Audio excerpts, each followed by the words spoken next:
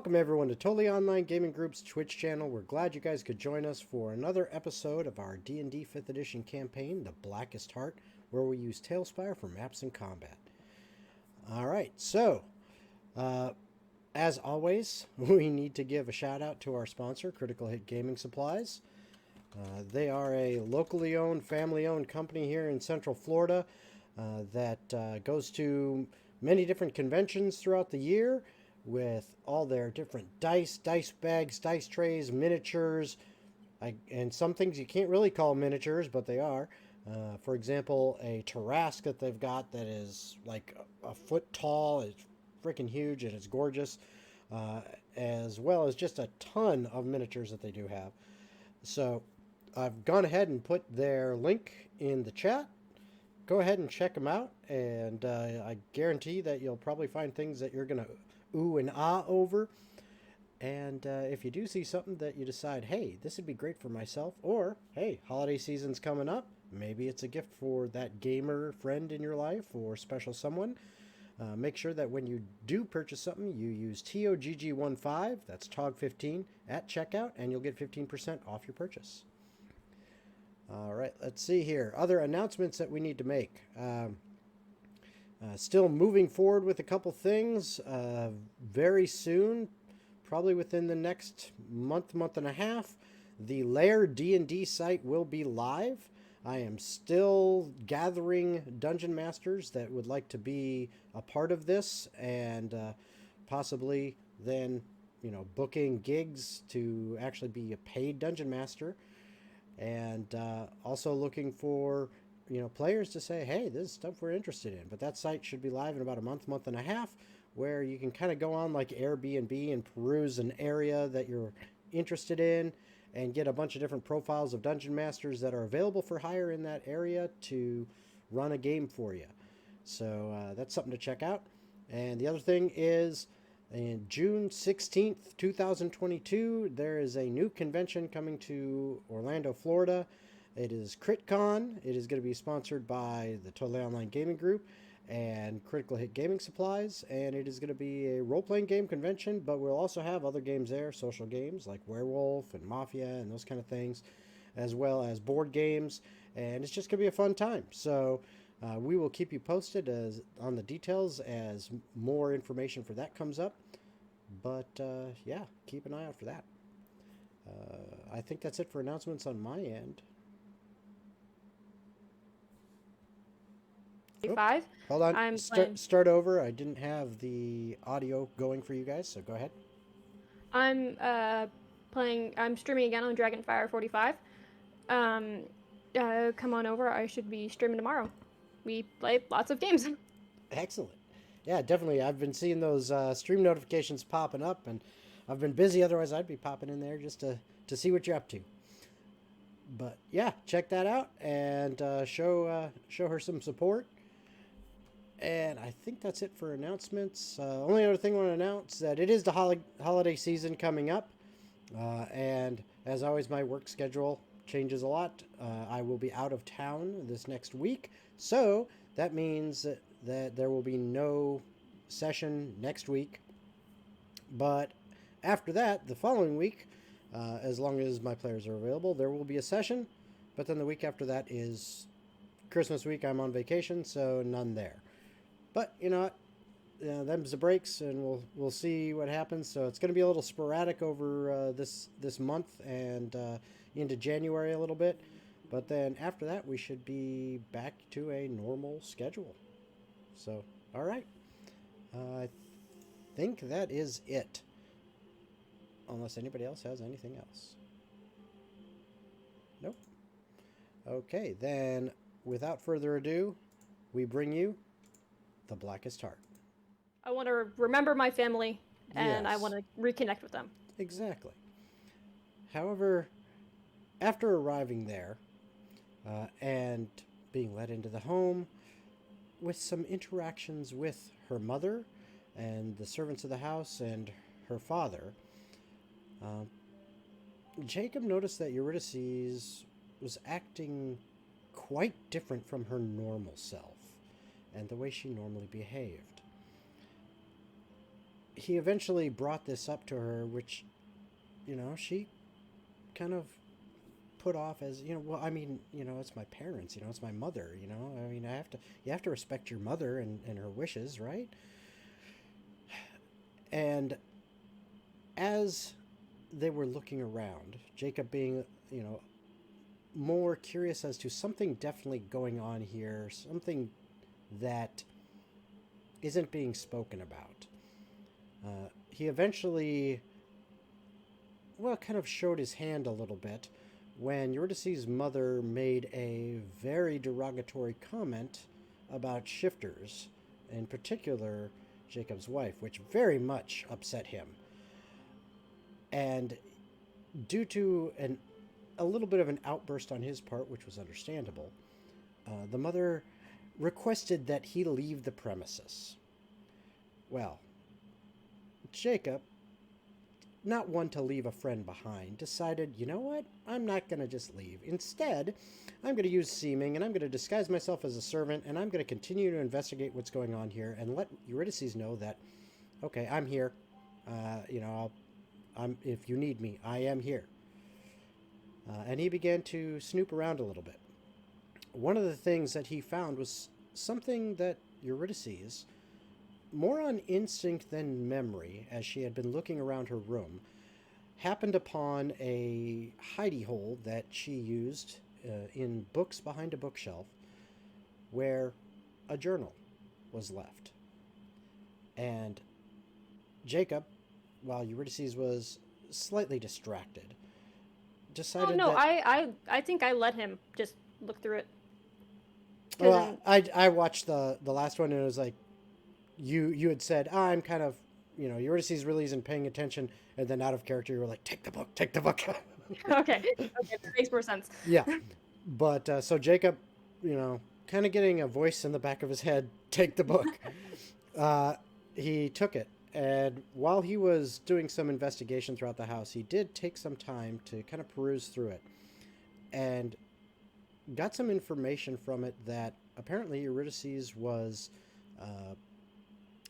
being set up in an arranged marriage with someone called Duke Karil Abnesalon.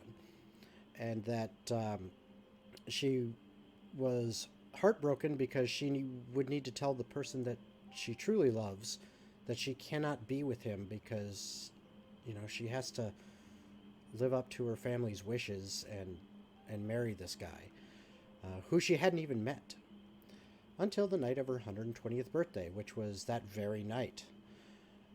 At least back then, not now. But the night that stuff happened that yes, Eurydice can't remember. Exactly. So,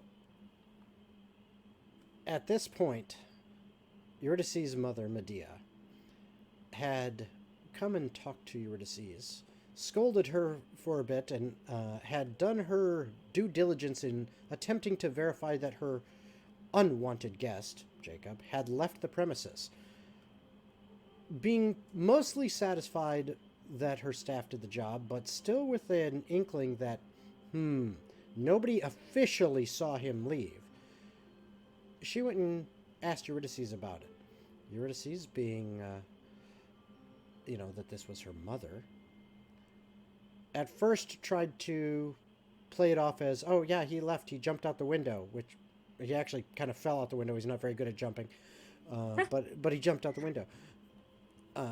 To which Medea was like, come on now, TLDR, come on now. But eventually Eurydice said, well, yeah, okay, he didn't leave, but I don't know where he is, which she didn't. Medea then took Eurydice, or Aurelia, her former life name, on a walk in the back gardens, and laid it on real thick, to the point where she basically had Eurydice's head spinning in so many directions that all she could know is that, okay, this is my mom, obviously she loves me, I want to be a good daughter. It just was so confusing. And at that point, shortly while that was going on, Jacob found that there was a room that Medea tried to get into, or would frequently go into, but that it was heavily warded. He attempted to bypass the wards using a cloak of the Montebank, only to find himself bounced off, and then on further studying of it, realized that, well, this protective ward is somehow tied to the Moonacre bloodline, and only a bloodline member can open it.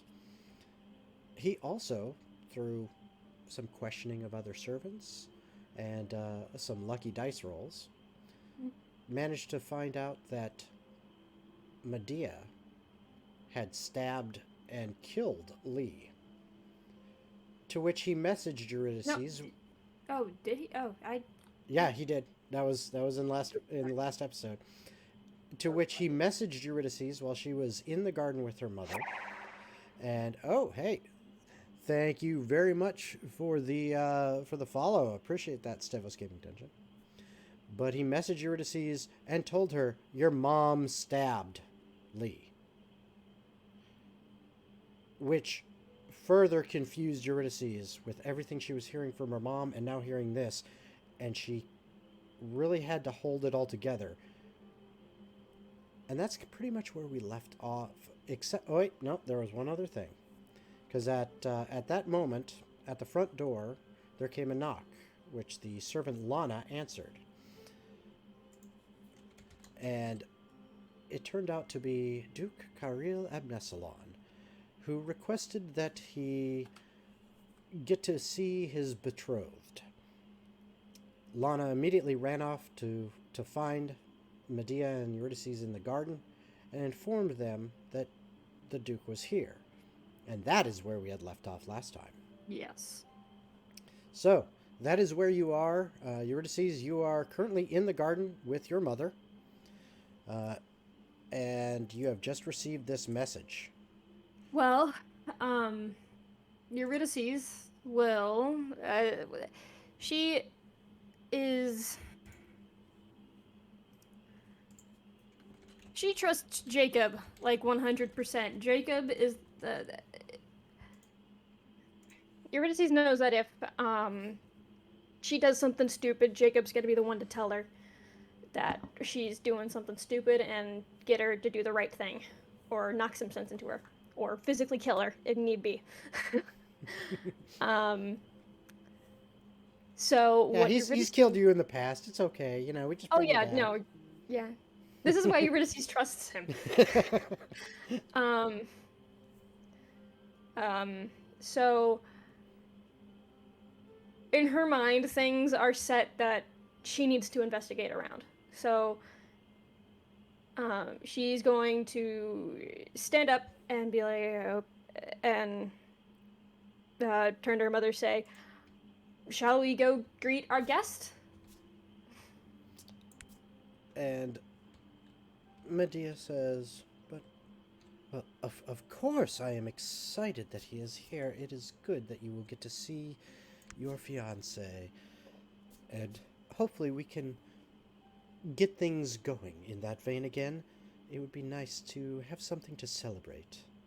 A wedding where my beautiful daughter will be the center of attention."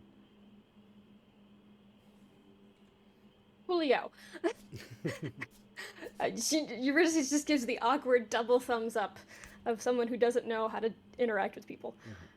And Eurydice, by the way, has not changed out of her normal clothes of like her armor and traveling clothes. She has not put on any fancy stuff at all. So when she's in the entrance hallway and she sees the dude, the fiance, she is going to make an insight check on him. Okay. So I want to. Yeah, I want to see if he's trustworthy. Like I can trust this guy to help me with whatever scheme I'm trying to do. Okay. So as you approach the front of the home, and you come through the the rear entrance to the house and find yourselves now. Oh, this is not going low enough. There we go. Gotta fix that. There we go. You and your mother approach the front entryway where you see the Duke, who is a very, very well dressed, but definitely very much a fop. Okay, I mean, he is a dandy, if you will. And he sees you, and he bows a very deep, formal bow, looking up with eyes very bright, staring at you, and says, "Ah, my dear Aurelia, it is so good to see you. I was so worried." Go ahead. Yep, go ahead and roll your insight check.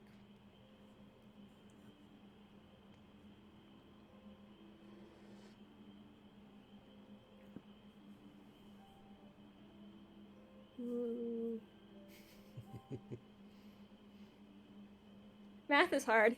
Math is hard sometimes, yes. 32. 32. Okay. You get the impression from his body language and just little, like, micro expressions and stuff that he is not thrilled to be here. He is not excited at the prospect of marrying you. You don't know why. You know, it's like, come on, I'm a pretty girl. You know, I'm nice. I'm a good person. Sometimes when I'm not stabbing people. But he just does not seem interested in this at all. But he's putting on a front of it. Big time. Yeah, Eurydice is immediately ecstatic, but she's hiding it deep down. She's shoving that ecstatic, just that joy deep into herself and calm face. And she goes over and, what's his name again? Duke Kirill Abnesalam. Okay, Kirill. She goes, Kirill, it's so good to see you. And she hugs him. She whispers in his ear, "I have no idea what's going on. I have no memories from before 3 years ago. I need you to distract everyone." Give me another. Well, let me ask you this: with everything that's going on, is Eurydice still kind of diminished in her normal capabilities? I'd say right now she's a little sharper because Jacob gave her that clearer insight. Okay. Well, in that case, I am not going to have you roll. Your passive perception is good enough.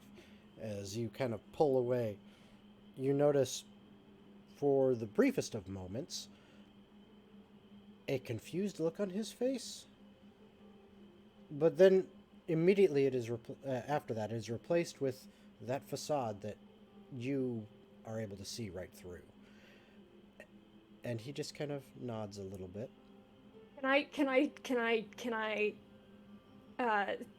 Just say what he would like, what I want him to say when he goes up over to her mother and like everyone? Sure, why not? Yes, because I have thought about this. This has been stuck in my mind. Saw a post about this on Tumblr or somewhere, and I can't find it.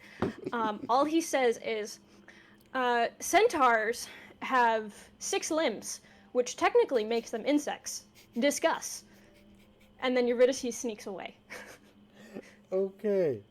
So yeah, he says that, which obviously draws a confused That look. actually hurts my brain. Yes. which definitely draws a confused look from Medea for a moment. And Eurydice, give me a stealth check. Oh, goody.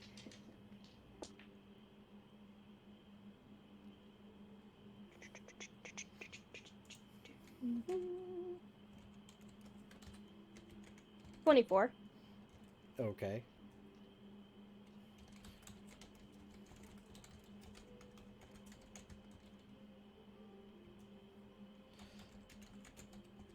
All right, so Now, you kind of slip away at that while your mother is confused a little bit. And as you're moving away with your high perception, you clearly hear him then kind of take that moment as he's caught her off guard with such an odd phrase to say, um, uh, yes, Lady Moonstone, or Moonacre. Lady Moonacre, if you would please. Um, it is not proper for me to spend alone time with my fiance. However, I have many questions I would like to ask you in preparation for the ceremonies. So if I would be honored to have such a lovely woman on my arm and perhaps discuss just you and I over a few drinks. And Medea seems very charmed, for lack of a better word, by his easy demeanor and sweet words, and takes his arm, and they walk off towards the dining room. Meanwhile, you have slipped away. Yes. I am going to wherever Jacob told me to go and meeting up with him. Okay, Jacob. That is me. Okay, now where exactly did you tell her to go? Oh goodness. I would have sent her to the door of the specific thing. Of I know that was super descriptive. Of what you believe to be the Lady Medea's office. Yes. Very well. So that is actually... Right, we're gonna make it this room here. So you guys are actually... Give me a moment, I'm gonna load up Tailspire. Yep. I completely forgot to do that. Yeah, that's okay. So you two are now in front of the door leading to Lady Medea's office, as far as you can tell. It's very imposing looking door. It is not the typical interior door that you would see for a house. It actually looks almost like a security door, and as you have already seen, Jacob, it is definitely warded. Mm-hmm. And Eurydice comes up and she's like, okay, what's the deal and why do you think that Lee was stabbed by my mom? Well, I don't know the specific reason, that's just what Lee told me. But this door is locked. Wait, Lee told you? He gave details of that night? Yeah, He just said there was an accident with me. Well, it's kind of hard to talk about things like that to the specific person, so I kind of get it. Still frustrating. But this door has some... Jacob did figure that it was something bloodline tied, right? Yes. Yes, you did. You were able to determine that. Yeah, Just, so as soon as you say something along the door, this door is locked and I can't get into it, Eurydice has already pulled out the key, her skeleton key, and is already rolling to see if she can trying to get inside of it. Okay. Moving Crim. Yep. Roll for it. There is another Crim somewhere on the map. Yeah. For some reason, it wasn't allowing me to drop him there, so I just made a temporary one.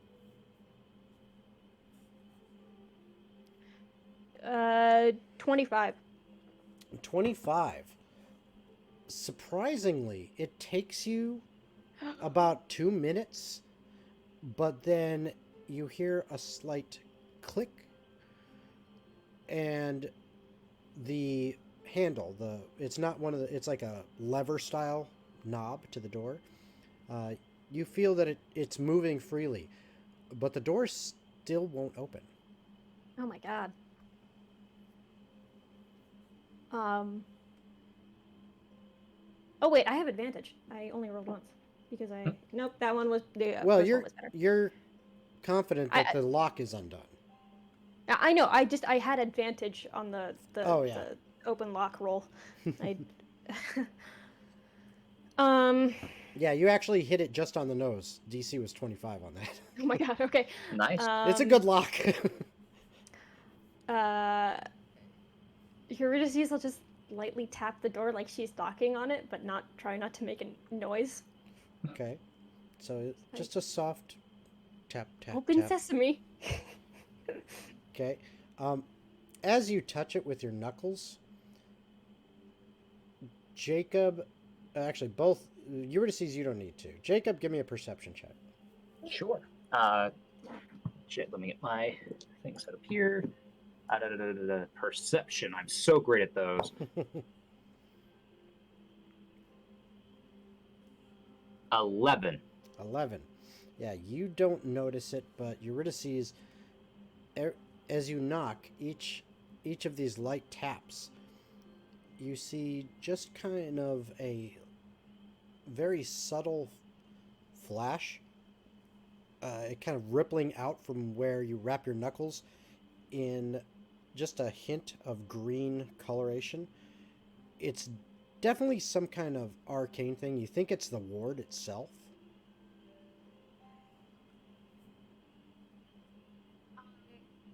Can I inspect the door to see if I use dispel magic, if it'll trigger something? So you're looking to see if there's traps. Yes. Okay, so give me an investigation check.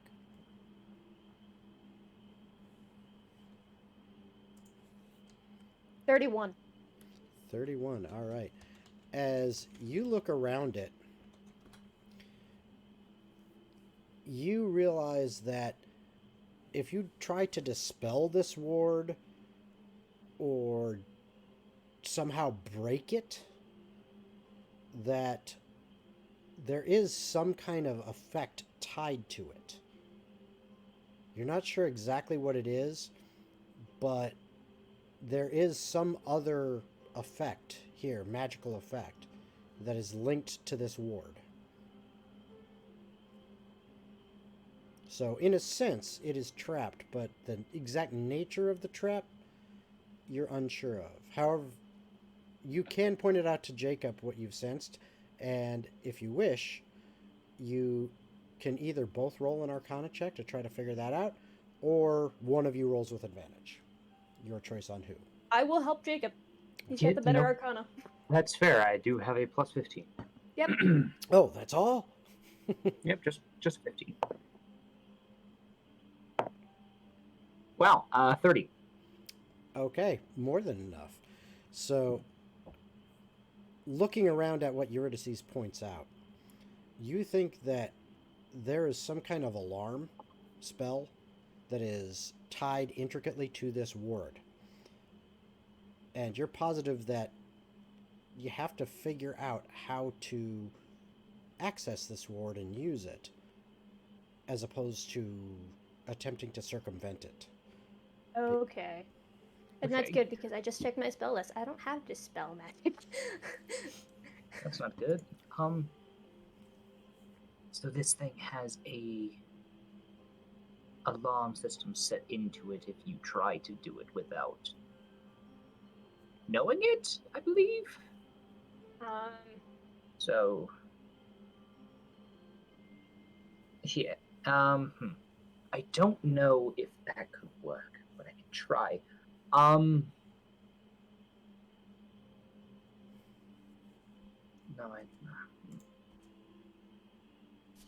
No, I've used my one use. Is it still the same day that they first arrived? I don't remember. No, it's the second day. Okay. Dawn of the second day. Okay. This is going to be a very odd idea. He looks at Eurydice, Yes. and this is a DM question. Is it possible to try to use a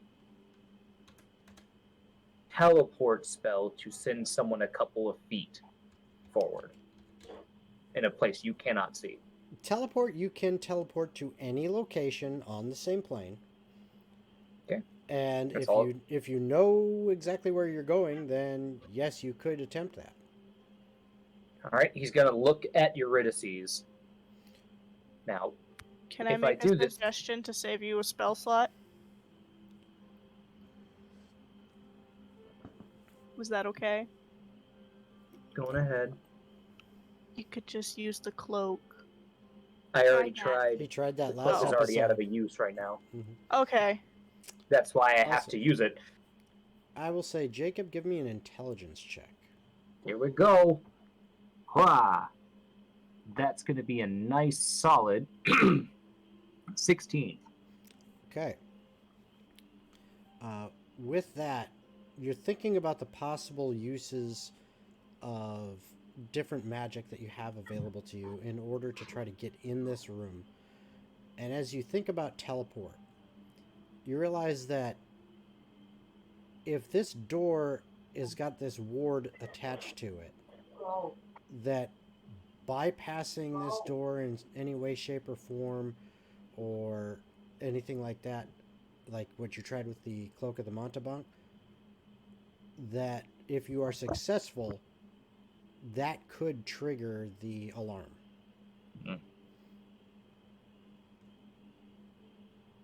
Okay. So we have two ways of going about this. We can set off the alarm. I can send you in there, set off the alarm, and just hold off things until you find what you need. Or we figure out a way to get rid of this ward. Hold on, which I think... can't really hear you. Dana isn't muted.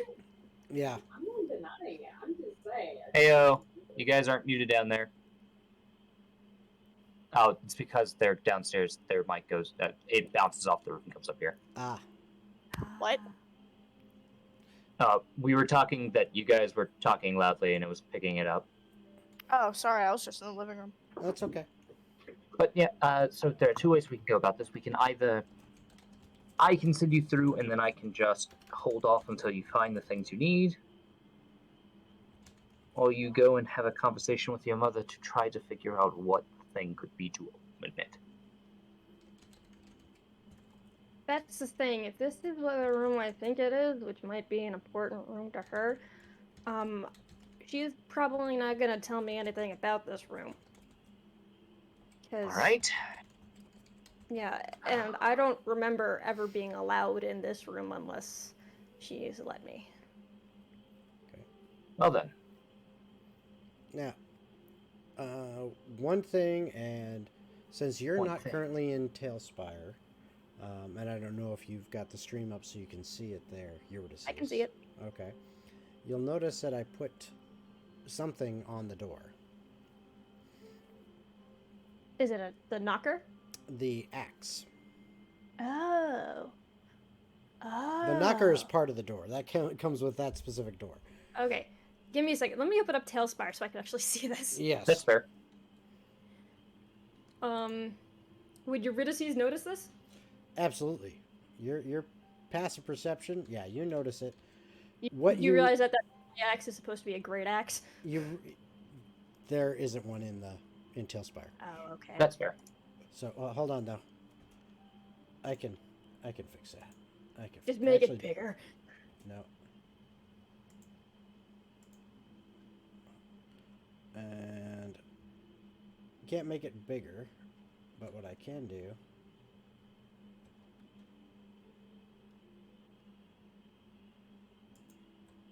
There. At least it's double bladed. That works too. All right. So what you notice is, you know that like over kind of the mantelpiece in one of, for lack of a better term, the family room. That over the mantelpiece of that fireplace, there is a large great axe, which, you know, you saw that as you were wandering around the house. This seems to be a smaller version of that. It looks exactly the same. Okay. But it is smaller, and it is more of a more of just like something that is like a symbol on the door. It's physically there. It's 3-dimensional, but it is Okay. like Eurydice attached is to gonna the- grab the handle. okay. As you grab the handle, that same green flash that you saw as you gently knocked seems to emanate from where you're touching it on the axe, flows all the way around the axe, and you feel the urge to push. Eurydice will push. As you push, the door swings open. And the axe stays in the air. No. Yep. Ah! No, the axe does not. That's just... It's not technically attached to the door, so it won't move with the door. But the door stays open.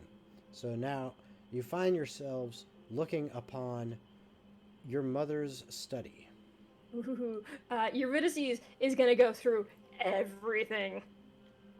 Does Jacob still see the thing, like the what appears to be a ward still set up in terms of like if he tried to step through something bad would happen? Give me an Arcana check. You can. Eurydice will actually use the spell Find Traps. Natural 20 Okay. for a 35. Oh, jeez, yeah. Now, you think as you are watching, it looks like that it created a portal almost, like it opened up the ward around the door, and that walking through at this point, you're not bypassing the threshold of the ward itself because there's a path through it. So you don't think it's going to set off any alarms or anything. Okay, yeah, and then Jacob will step through Okay. and follow behind. All right. So Okay, you check one corner, I check the other. Sure. And I use Find Traps, which means if there's anything that would inflict sudden damage,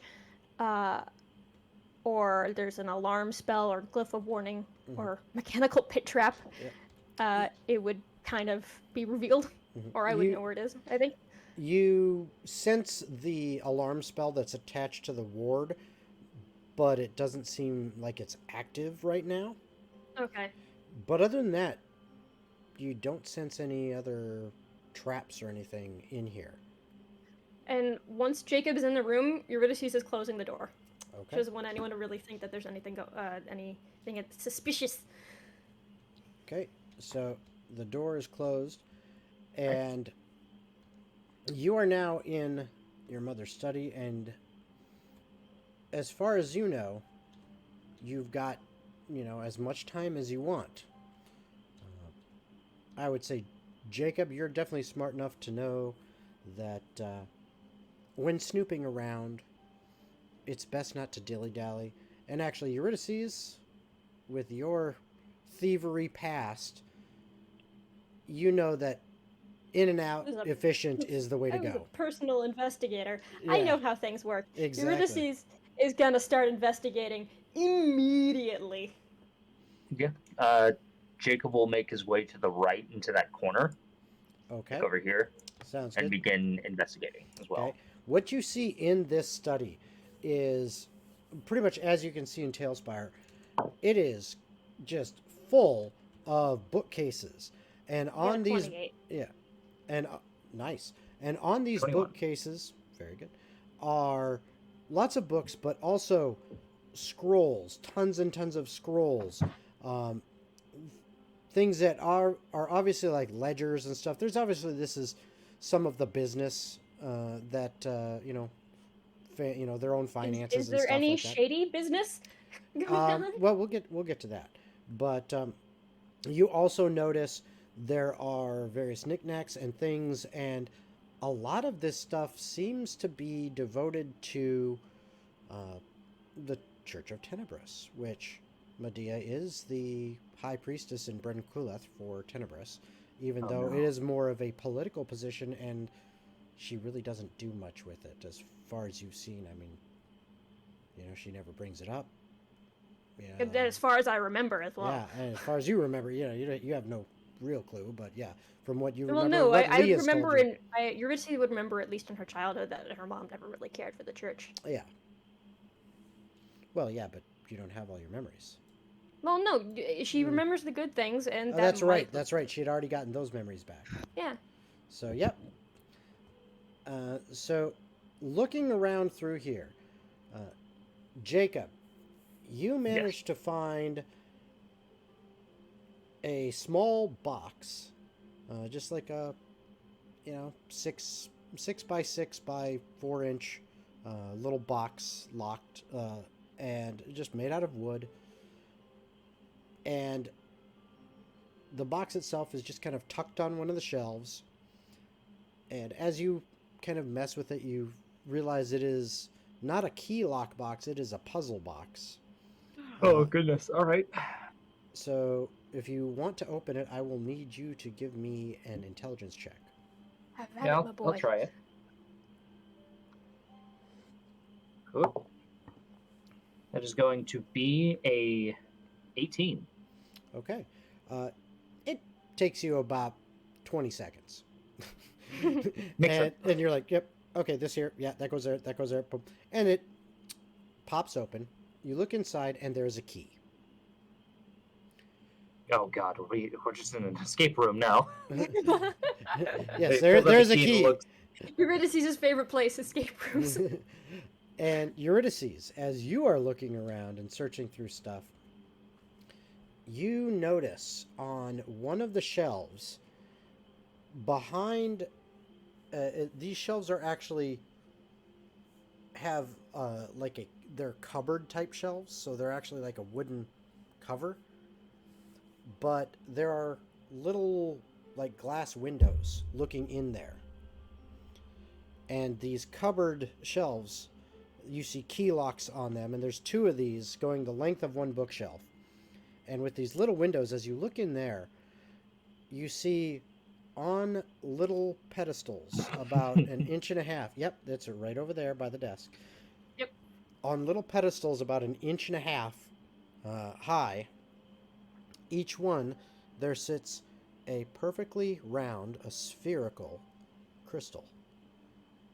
And and what caught your eye is through the small windows that you can look through, you saw a little bit of a glow coming out as each one of these crystals has a lavender purplish glow to it as it emits its own little bit of light. And Eurydice sees her favorite color, and she's immediately opening up the lock. Okay. And as you look at each one of these, you count there are probably 20 of these, 10 per shelf. Oh, goodness. Jacob, I found pretty things, and they're my favorite color. Okay. Oh, well, I also found a key. Jacob, I It's am the in key. quite a shitty toy box. Oh, yeah, I mean, that's true. I also have this key, and he's just gonna hold it to her. Eurydice will take the key and see if it unlocks the shelf that she's at.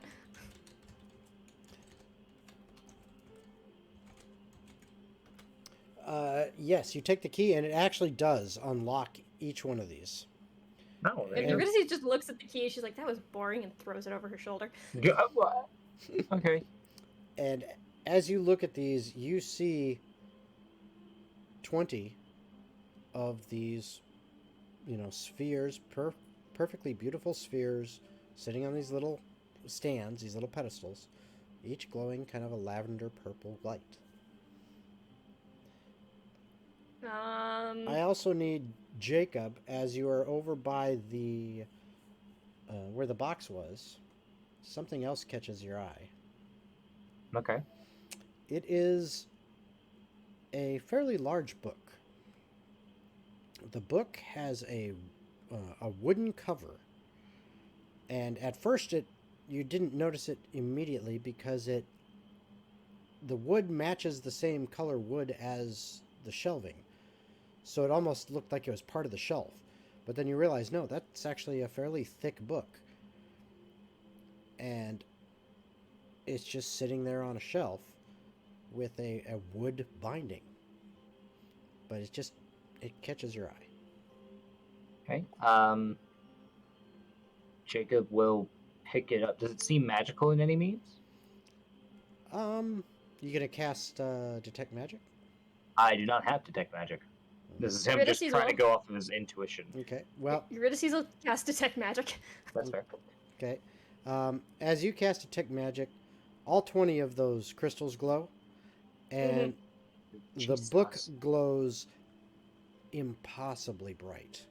Ooh, that And- book is really magical. And as you're looking at it, Jacob, you Yeah. notice that this simple book, just a wooden cover, it's quite thick. Eurydice It will go over has to Jacob a- to see the book. It's so shiny. It has carved on the front of it a mouth.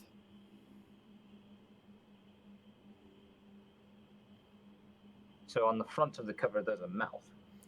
Yes. Why is there a mouth? And as you are saying this,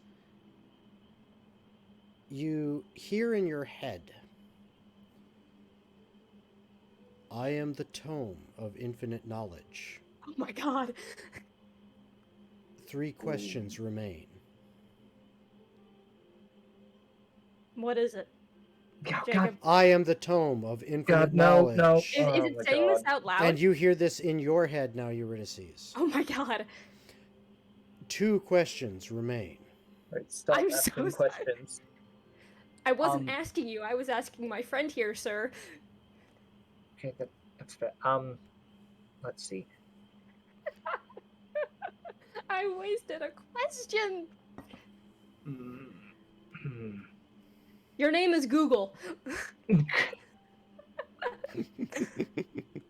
Okay, Google. I apologize for all I those actually words do didn't have a follow. little Google Home in my room. Did it activate? No, Damn it. it's off right now. Damn it. Where do we find the thing we need for Eurydice? Oh, I would have asked about the stone. You're just wasting questions. Dude. On the Dude, shelf Infinite that... knowledge, and you Oh, ask about What? Eurydice's Hey, fucking. you're not there. Hold on. Yeah, shush your I'm mouth. so disappointed in you. Shush, shush, On- shush, shush. Jason? On the continue. shelves recently opened are 20 crystals. The 4th one to the left will provide the answers you seek. Fourth one to the left, question Eurydice. remains. Jacob, What? do not use the last question. We're saving that book. I don't care how, but we're getting that book to Diana so we can use it properly. I have one final question No. that I think is good. Put the book down before you ask, and specifically say you're not asking the question to the book. I don't Or think it matters. Oh no. I have a question, but I don't think I should ask it. Jacob is going to just kind of. Okay. Because he's unsure of how it works. He's going to set it back on the bookcase for or wherever he found it for a few moments. Okay. And in his head, okay, Jeremiah. So, Meanwhile, Eurydice is gonna open the Book of Infinite Knowledge and kind of just look to see what's inside. Okay. As you are scanning through the book, you notice that looking at all the pages, they are filled with words, but it is in the equivalent of like 3-point font. Oh no. So you can't really understand anything because it's so small you can barely read it. And if I squint or get a magnifying glass, it just gets smaller. It just gets smaller and smaller. You cannot read it. It just Oh my seems to God. go on forever in that respect. And Eurydice is just gonna be like, okay, and turn to Jacob. Just write down the question, and we're still gonna take this to Diana to see if this'll work and get the proper question.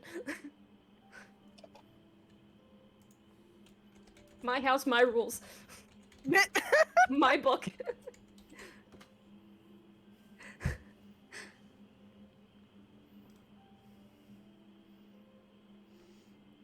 All right, so So What do you do? Jacob will again relay the information of the specific crystal that it had said.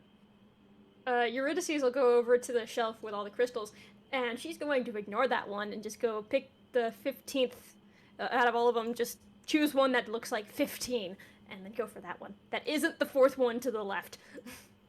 So you're picking a random one. Yes. Okay. All right. And what are you doing with it? I want to look in it. Okay. So you like pick it up and you hold it. Yes. All right. You start looking in there real close. Looking, and I'm looking. And I need a wisdom saving throw from you.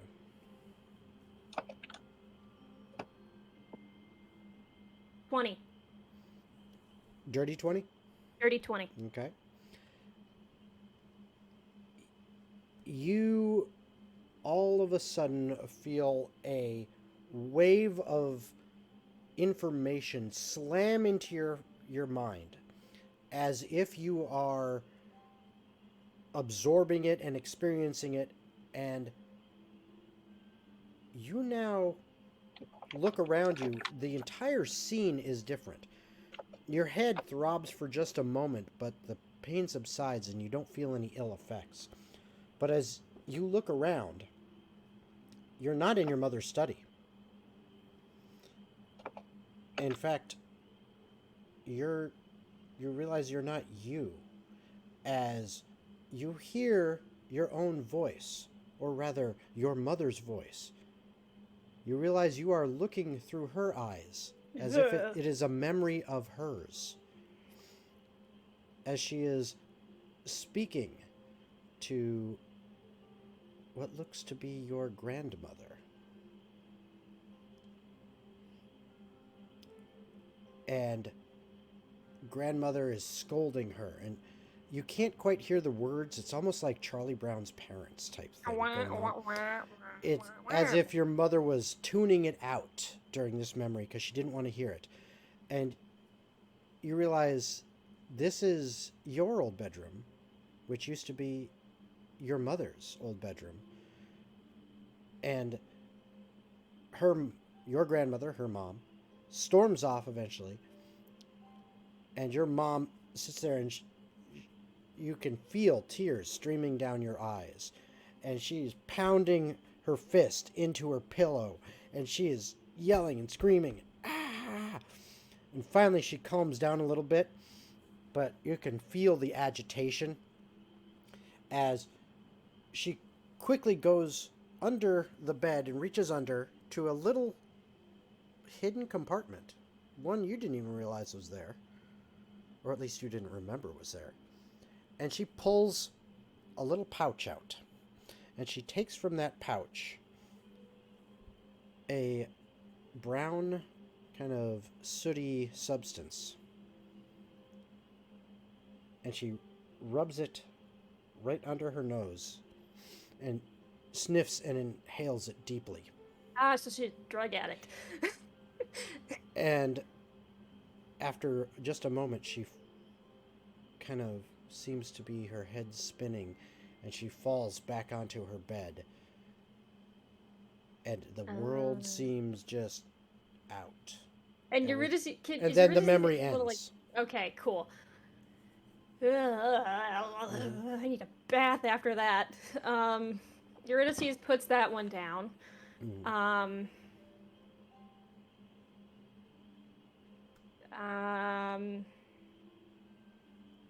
Eurydice she's gonna look at that fourth one to the left.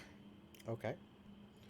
She's just looking at it. She's not touching it. She's not looking hard. She's just glancing at it, just like, I don't want to deal with that yet.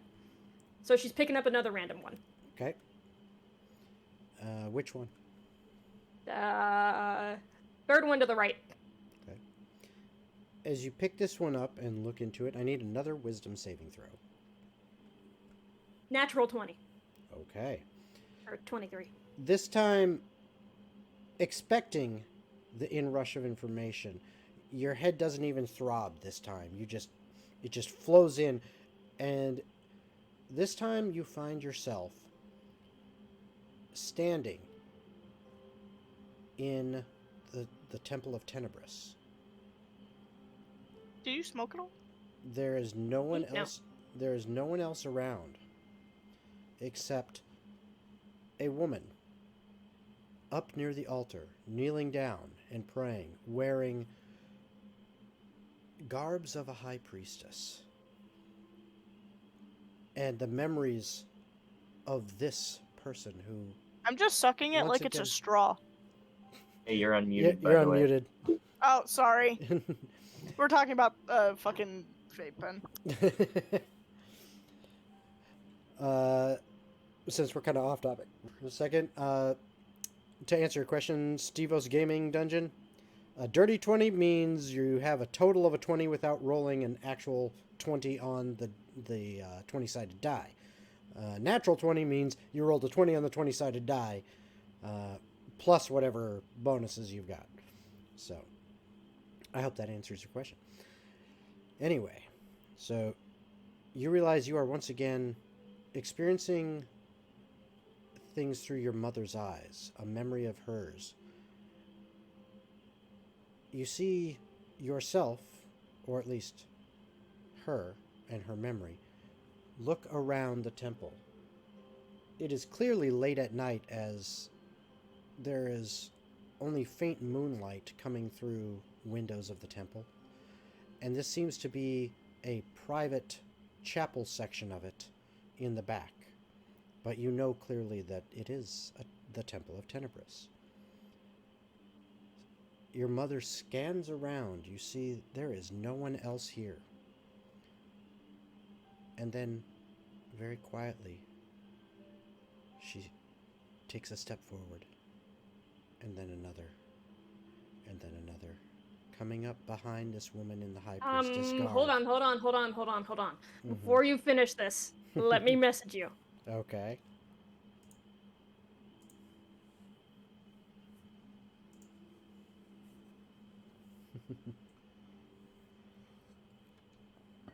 Okay.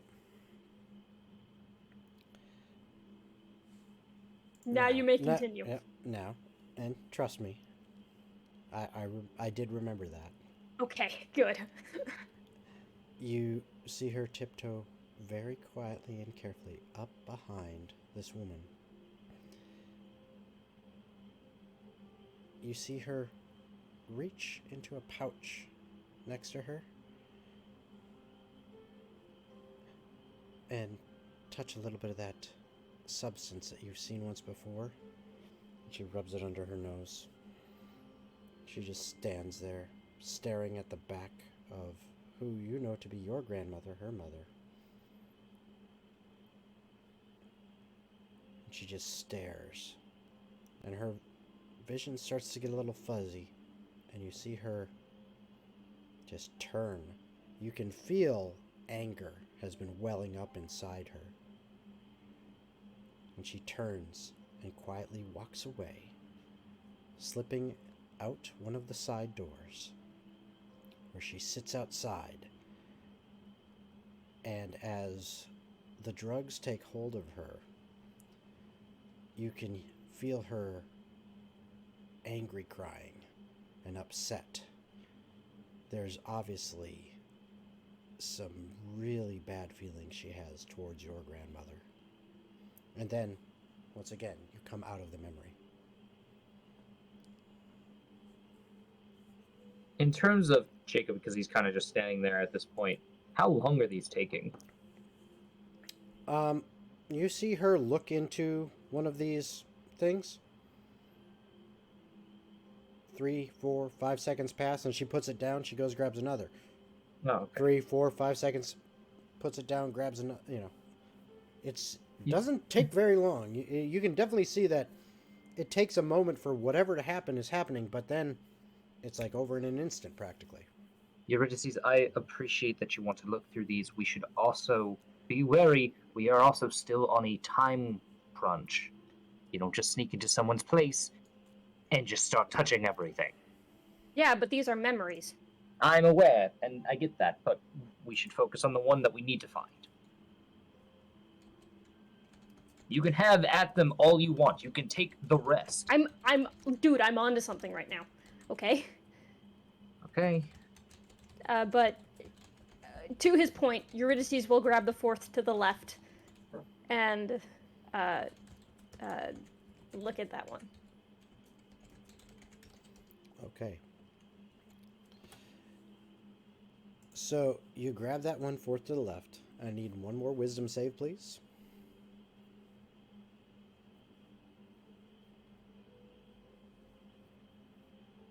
This is actually quite apropos. I get a 10. Okay.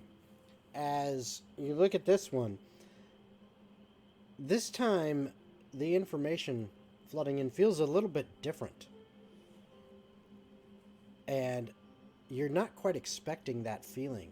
And it slams into you, and at first, you're completely disoriented. And you take 5 points of psychic damage as you slowly, your vision kind of clearing, you begin to see the scene where, once again, you are Medea, or at least looking through her eyes and experiencing her memories. As she is standing there, it is past dark. You are out in a forest. As she looks over, and you see guards walking with her. They continue through the forest until they come upon a small clearing, as you see what looks like you. But those aren't the clothes you like to wear. Those are fancy clothes.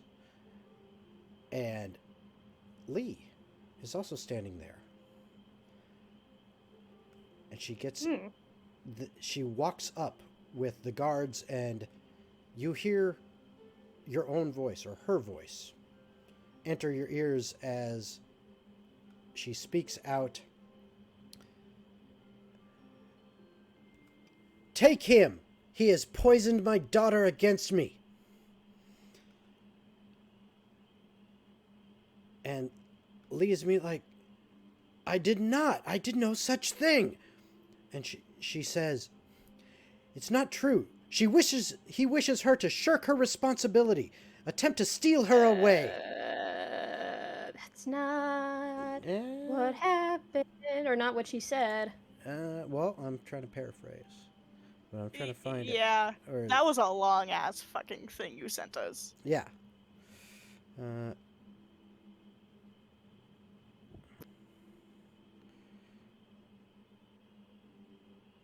Yeah, and you said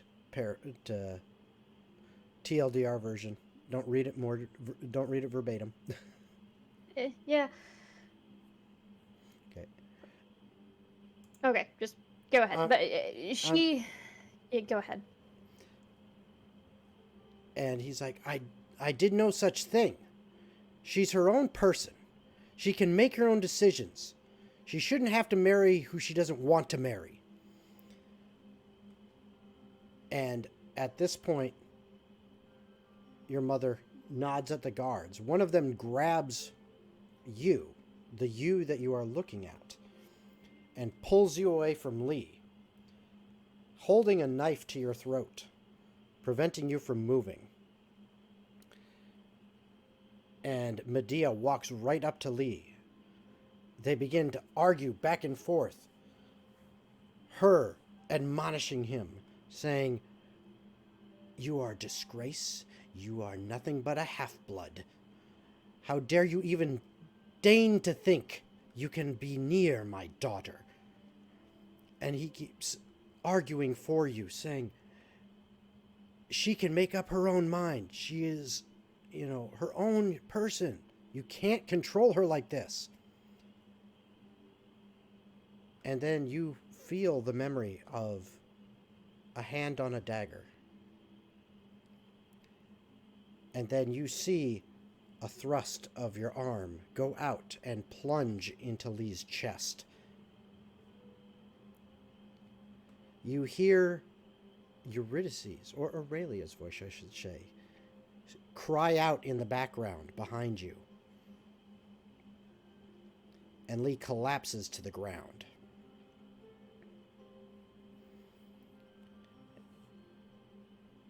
And then you hear your mother's voice again echoing in your ear as you experience all of this. Take her back to her room. And turn and begin to walk. Technically, Mhm. the guards let her go. At this point, it's not necessarily Medea's memory anymore. It's Okay. Eurydice's. Oh, okay. It's Eurydice's. Eurydice remembers being let go by the guards. Mm-hmm. Her neck bleeding from where the knife had Was held pulled at- against her. Yep. Yes. And she remembers crawling up to Lee's dead body. Completely just blank. No real emotion until she hears Kirill come along, be like, "What?" Mm-hmm. And Medea asks him to take her to get her cut healed. And then she remembers standing up. She remembers before that it was crying uncontrollably. And then she remembers rage. Pure fury towards her mother. And that's where it would end. Okay. Sounds good. Well, no. I want to keep going with this Okay. because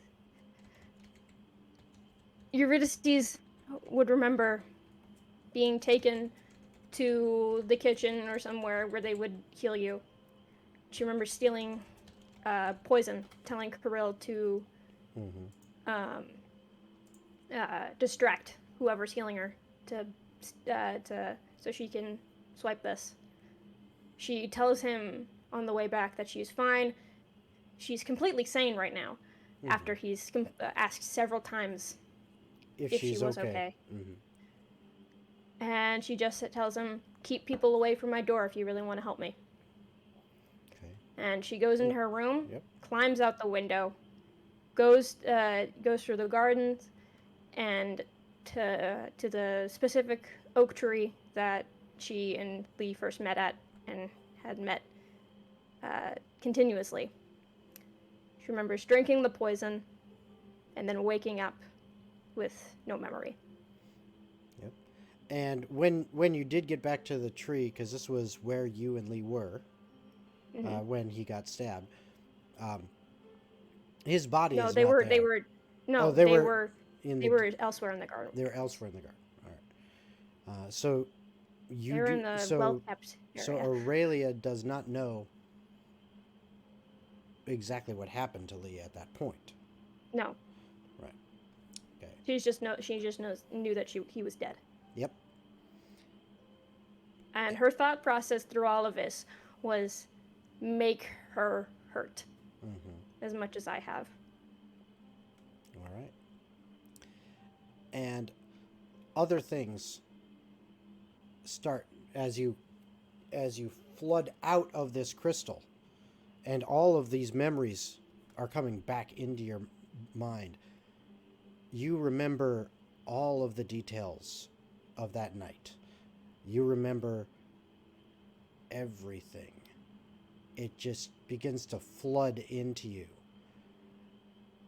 How your mother treated you all those years, controlling. How it seemed loving and caring, but then turned manipulative and Exactly. She was looking back on all this information as it comes to you. And knowing what it really means to have a family. You're now seeing how controlling she really was. Yeah. And you also recall from way long ago when you were just a child, hearing that your grandmother had passed away. You were Eurydice will pick up the second to the right, beside the one that had Medea walking away furiously. You picked But that... she will pocket the one with her memory. So the fourth, the one that had that memory, or you're The fourth pocketing one, the yes. Okay. Yes. But you're picking up this other one and looking at it. Yes. Okay. So before you look into it though, as you come back and all these memories are flooding back into your head, I need another wisdom save from you. Okay. 19. 19. You actually almost swoon as the amount of information coming into your head, your own memories, it damn near takes you off your feet because just the realizations that you're having. It's almost overwhelming. But you catch yourself on a desk chair nearby. Hold yourself up for a moment. And Eurydice is just crying very angry tears. And that's when you grab this other one, the second from the right. And Yes. you look at that. So another wisdom save, please.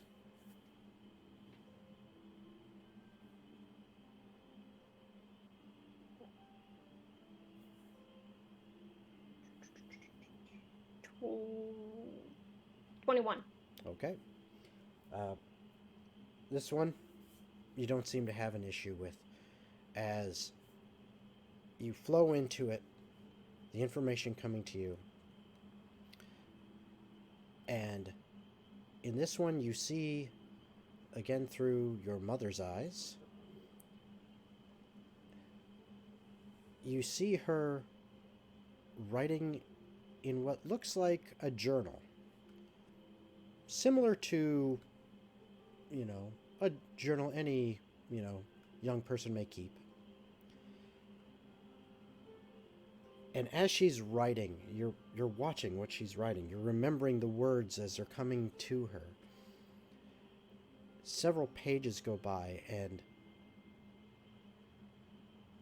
you're almost not paying attention to the memory itself of the exact words, more the feeling of she has too much power.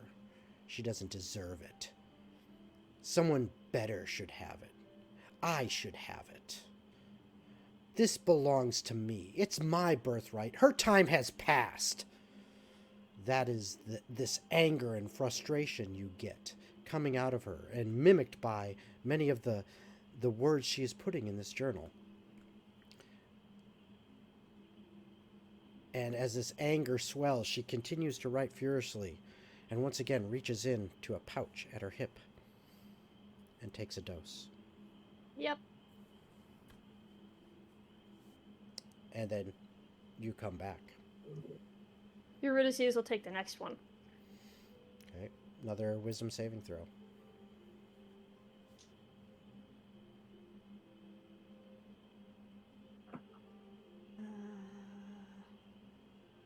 18. Okay. This one, it's a little bit rougher. You've gone through quite a bit. And while you don't suffer any physical damage, your head is pounding a bit. Here you see the hallway before the kitchens of the Moonacre estate. Again, looking through your mother's eyes as she walks towards the kitchens. She comes in. There are two servants in here. And she looks at them and says, "Out! I will take care of serving the family this evening." One of the servants kind of looks at her a little quizzically, and she says, "Did I stutter? Out!" And they both immediately snap to and run out. At this point, your mother comes over and begins to prepare the plates for the members of the family, putting the food in the different plates. And on one plate in particular, the one that specifically had the stew with the glass of white wine that is your grandmother's favorite that she knows. She takes the pouch from her hip and empties more than half its contents into the wine. Begins to stir it in there until it dissolves and basically disappears. No color, no taste. And no, it's not iocane powder. And then she puts the pouch back on her hip. And she turns and walks out. You see her then wait out in the hall for several minutes, then make her way into the dining room. The rest of the family is in there, minus a few stragglers who eventually show up. And as they sit there and wait, they wait and wait. And eventually, the grandmother gets impatient and says, "Why is dinner not being served?" And one of the servants kind of looks around. Your mother, Medea, gives them a look. You can feel the intent of that gaze of, just do what you're told. The servant immediately rushes into the kitchen, seeing no one there, grabs all the plates, all the wine, everything, and brings them out and sets them down in front of everyone. Everyone begins to enjoy their meal, and a little ways into it, grandmother takes a nice big swig of her wine, and you feel the corners of your mother's mouth get a little bit of a smirk. And then you come out of the memory. Jacob? Yes? I need you to do me a favor. And that is? One, a couple. I will owe you big time. One, be in the dining room tonight for dinner. Two, make sure the other servants invite all of my family to dinner. Okay, how do I go about doing that? Do I just say... Just tell someone that, that I requested to see the family for dinner. And you don't know how to contact them or whatever. Okay. Because you're new. That's fair. Yeah, I can do that. Cool. Also say that you lost track of me. Eurydice is gonna go out the window. She's put the orb with the one that she just looked at into her pocket as well.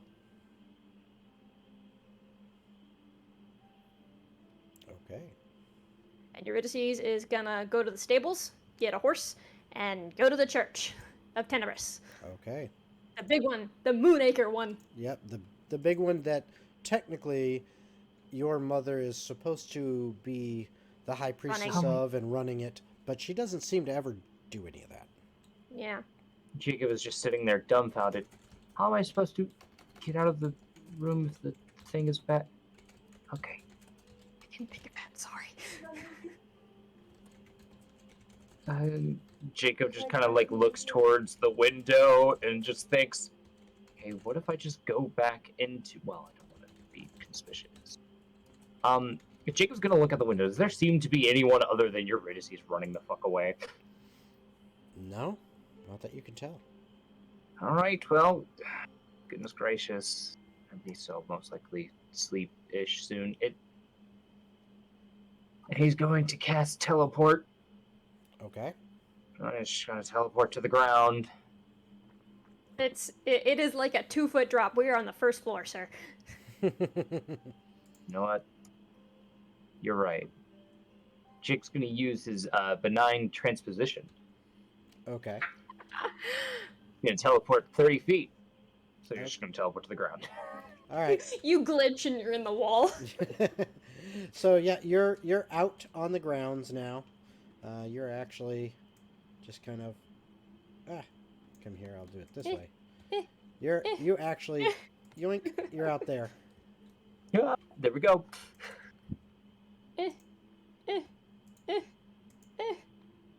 So, well, you're getting through the door, but you're not. Thank you. Holy, rating with a party of 33 from Probably Stone. Excellent. Thank you so much. Whoa, That's nice. awesome. Great. So, yeah, here we've got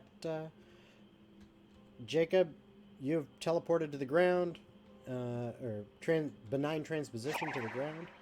Yep. Oh, thank you for the follow, King Tatiana. And Eurydice, you have hopped out the window in order Yes. to get there.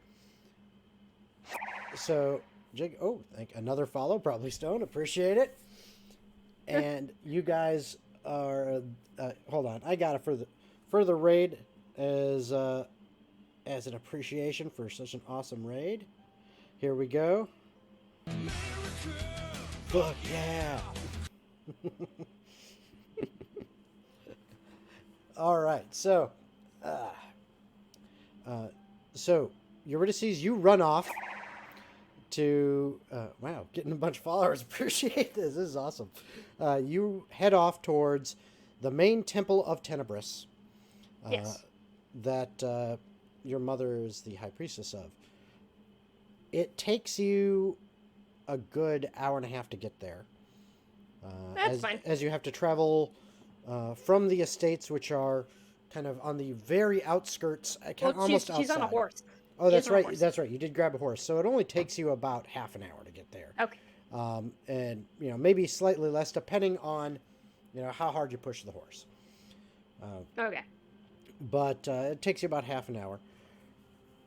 And Jacob, in the meantime, exactly what are you doing? At this point, Jacob would just begin to make his way. First, he's just gonna throw another ice knife into the air, so that he can just so that his benign comes back, and he's gonna make his way over to kind of going through the main or what he would assume is a servant's entrance, if there is one. If not, he's just gonna make his way to the front door and come through from there. Okay, no, there is a servant's entrance that you managed to go through, and then you make your way. Let's say you're gonna make your way into the house. We are gonna just put you over in this hallway. All right. So you're kind of in this hallway for now. All right. And now, was the request to have people gathered for tonight's dinner? Yes. Yes. Okay.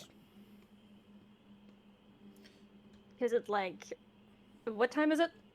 Right now, because this all happened about midday. So I actually got it showing nighttime right now. It's not in Tailspire. This is midday, because you had breakfast and then you had your discussion with your mom and everything. So let's go right about there and change this to.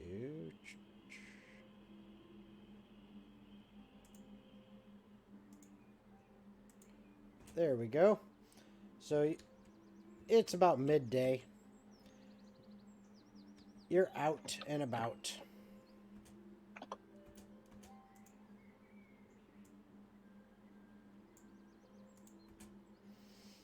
And this is to who? I'm sorry. So you were told by Eurydice to try to get messages out to get the entire family. Yeah, so Jacob will, if need be, use another spell for seeming to make sure the form that he has stays up. Okay. So it's another 8 hours. I don't know how long it's been since he's first done it. No, that'll give you plenty of time. So. And he'll begin to make his rounds and just kind of talk to various servants and people around. Yeah, other workers being like, I'm sorry, Miss Eurydice had... Aurelia. Say Aurelia. Okay. Jacob would know. I'm not smart. Miss Irelia seems to wish for more of her family as a way to get to know them a little more, to also arrive for dinner tonight. And I was just requested by her to ask, or to do so. I don't know how to do it, so. and the servant you're speaking to, uh, kind of nods and he says, yeah, yeah, of course we should let Lana know. She'll know how to send the messages out and get the proper proper things going for that. Mm-hmm. Yeah, no, of course, and he just goes throughout and does that, and then is gonna wait until the time is needed to where he is also in the dining room. He will find a way to be a part of the staff that specifically serves them. Okay. So it takes a little bit of time.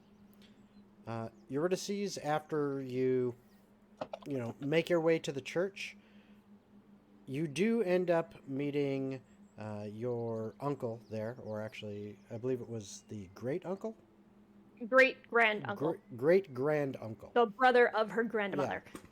So your great grand uncle, And probably Tacitus her Tacitus first cousin, Moonacre. her first cousin once removed. Oh yeah. Which one? Evelyn. Yeah, Evelyn. Yeah, Yeah, Evelyn. Evelyn. So yeah, you see Tacitus, or Tacitus. Tacitus. I can't speak tonight. Tacitus and Evelyn are there, and you have a nice long discussion with them about things.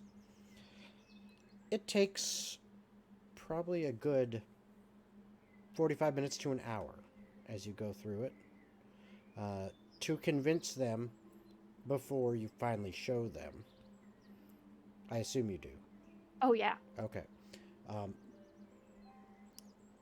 And Tacitus, with kind of a heavy heart, as he realizes what he has failed to do anything about. He realizes, okay, this is obviously for the best. This is the right thing to do. This is the right move. He looks at Evelyn and he sends her to go gather some people that you have requested. And Eurydice will hug him and head home to prepare for dinner. Okay. So about an hour and a half, 2 hours after she left, Eurydice returns to the estate, and I don't know where we put her, but she returns to the estate. I'm like in a corner somewhere. In a corner somewhere. Right. In the back. Oh, there you go. I see you. So Eurydice returns. Hey, just a heads up. Jacob is downstairs getting food, so problem. he's not in front of his computer. No problem. Okay, so Jacob is servanting. Eurydice is in the dining room. Eurydice is actually going to wait until she's fashionably late, that she's sure Okay. that everyone is all of her family is there before she enters the dining room. Well, I'm not going to fill out everybody in here right That's now. fine. I'm just going to grab one to represent Medea here. So that's going to represent Medea. And as evening approaches, it gets time for dinner. Eurydice, with your extremely high perception, you hear, the door many times as different members of your family arrive. Do I get to hear Medea be like, "What? Why are all these people here? Yeah, absolutely. She's a bit confused why so many of the family members are showing up, but she immediately issues orders to the servants as more and more arrive to make sure that there is sufficient food and drink for everyone. And when that one little kid shows up, who she's just who messed with her that one time, she just glares at him, just like. Oh, she glares No at one. them. Yes. No one knows what happened. Yes. But eventually, everyone is seated except for Eurydice has Aurelia has not yet arrived.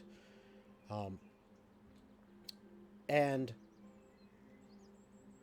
even from your room being up a floor on the other side of the house from the dining room, you can clearly hear a little bit of commotion, and then footsteps moving quickly, and a knock upon your door. Eurydice answers the door. And you see Lana standing there and saying, Miss Aurelia. Don't worry, I'm coming, Lana. And remember, it's Eurydice. I'm sorry, I'm still not used to that. I understand, it's fine. Okay. And Eurydice will head downstairs. Okay. And once she enters the room, this is what they see. Everyone sees Eurydice standing in a. Hold on. Give me just a second.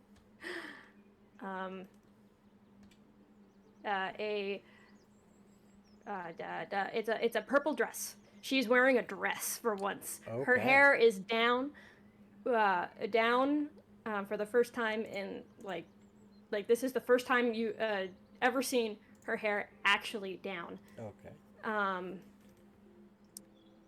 And the neckline of the dress is just straight across. There is just it's meant to, the bodice and sleeves are kind of meant to look like it's a jacket. Okay. And there are 4 buttons going down, and there's even like a line that makes, or a seam that makes it actually even look like a jacket.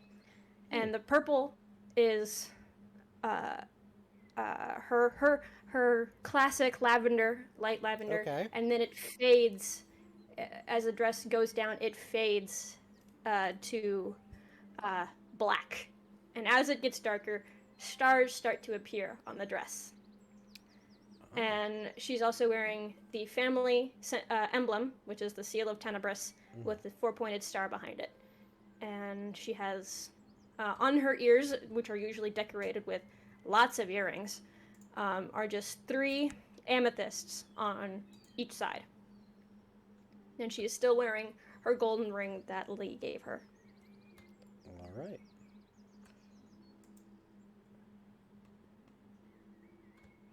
And she just smiles and says, "It's great to see everyone. It's been such a long time."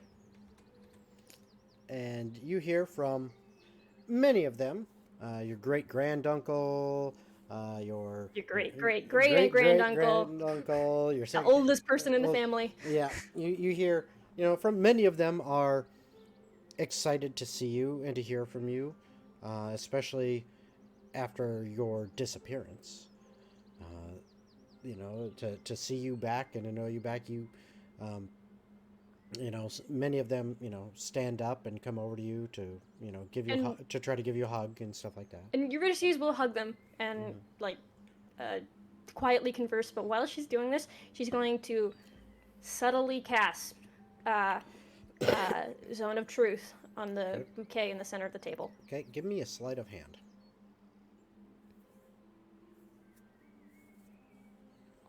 Natural 20 plus 10 equals a 30. Oh, damn. Hold on. For this, gotta do these. Yes, natural 20. Spam it out. So, yeah. She, nobody seems to notice as you cast Zone of Truth. Okay. And Eurydice will go take her spot next to her mom. Once all the talking is done.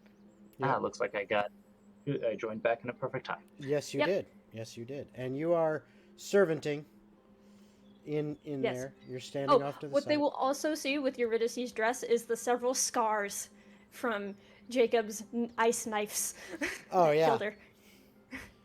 Seeing those in the exposed places of skin. Yes. Yeah. Yes.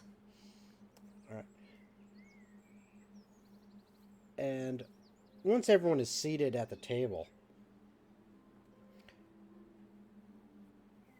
your mother stands up and says, I was not quite expecting all of you to be here tonight, but food has been prepared. It should be out soon. Please enjoy a drink while we wait. And then she sits back down, and Jacob, you see one of the other servants who, just like you, is holding a tray with various wines and other goblets of various drink on it. They start to move towards a table. You're smart enough to figure out, yeah, that's kind of your cue. I should probably deliver and these drinks. He'll make his way around. Okay. Kind of going to Eurydice and just,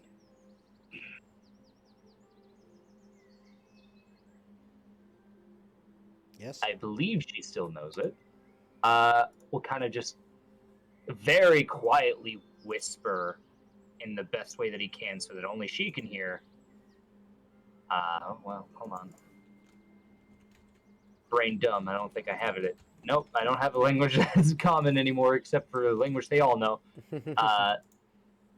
So yeah, never mind. He would just kind of hand it over, and she can tell it's him by his just awful.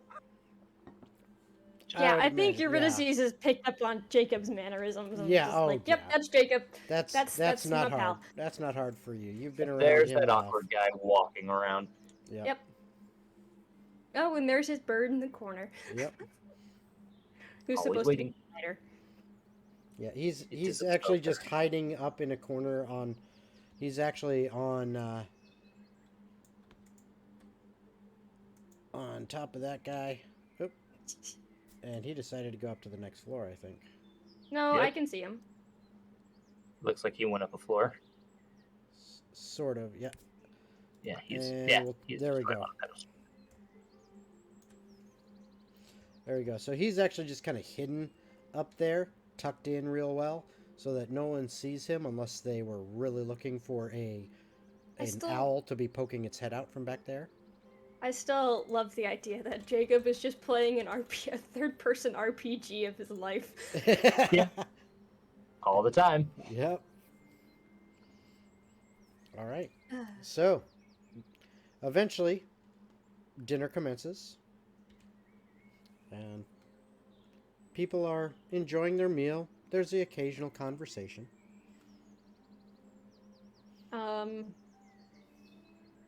Eurydice is going to ask, her mother,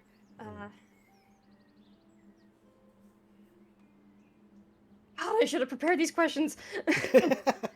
Yeah. You know what? She's going to say, Mother, I have, since I'm back, I was looking to take a more active position with the Church of Tenebris. Do you know the state of the church right now? Actually, I really don't have any idea. And then she kind of, as she says that, she stops for a second. You see a look of kind of shock on her face as those words came out of her mouth. And she's a bit confused. I would have thought the High Priestess would have kept better track of such things. She says, I don't have time for such stupid duties. And again, she kind of shocks herself. And you see, well, especially your great-grand-uncle, kind of looking at her and staring at her. And she's seems to almost be embarrassed and confused at what the hell is going on.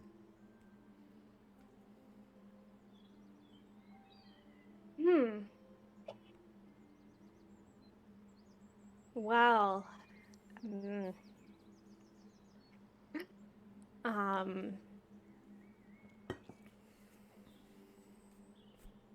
you know, you know, throughout my time I've been gone, I've done quite a lot of things. Most of them not very savory. And things including starting revolutions in towns, mostly unnecessarily,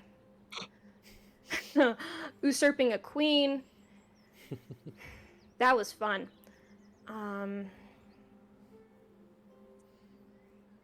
Yes. Literally deciding to fight demons and promising to destroy them. And even making a pact with said demon. Because I was so angry at you, Mother. And You shouldn't be angry at me. I only did what was necessary. But... well, you see, Tenebris, I understand where you're coming from. And Tenebris is all about second choices. Or second chances. And I'm trying to give you a second chance. I tried to give you a second chance. You realize you're upsetting me right now, dear. You need to be an obedient daughter. Eurydice will stare her mother dead in the eye. Say, I'm not scared of you anymore. You should be. You know the lengths I've gone to. Who cares? I care. Can't you see how... Did you kill Lee Takashi? Of course I did. He was trying to steal Did you you kill away. Lila Moonacre? Why wouldn't I? Of course I did. I poisoned her Eurydice takes out her dragon-toothed dagger, stabs her mother's hand into the table. And she lets out a shock cry of pain at this. Get out of my house. It's my house, as she says through tears, as the pain is obviously just wrenching her right now. You're just a daughter I never wanted. You never obeyed. You never did things the way you should.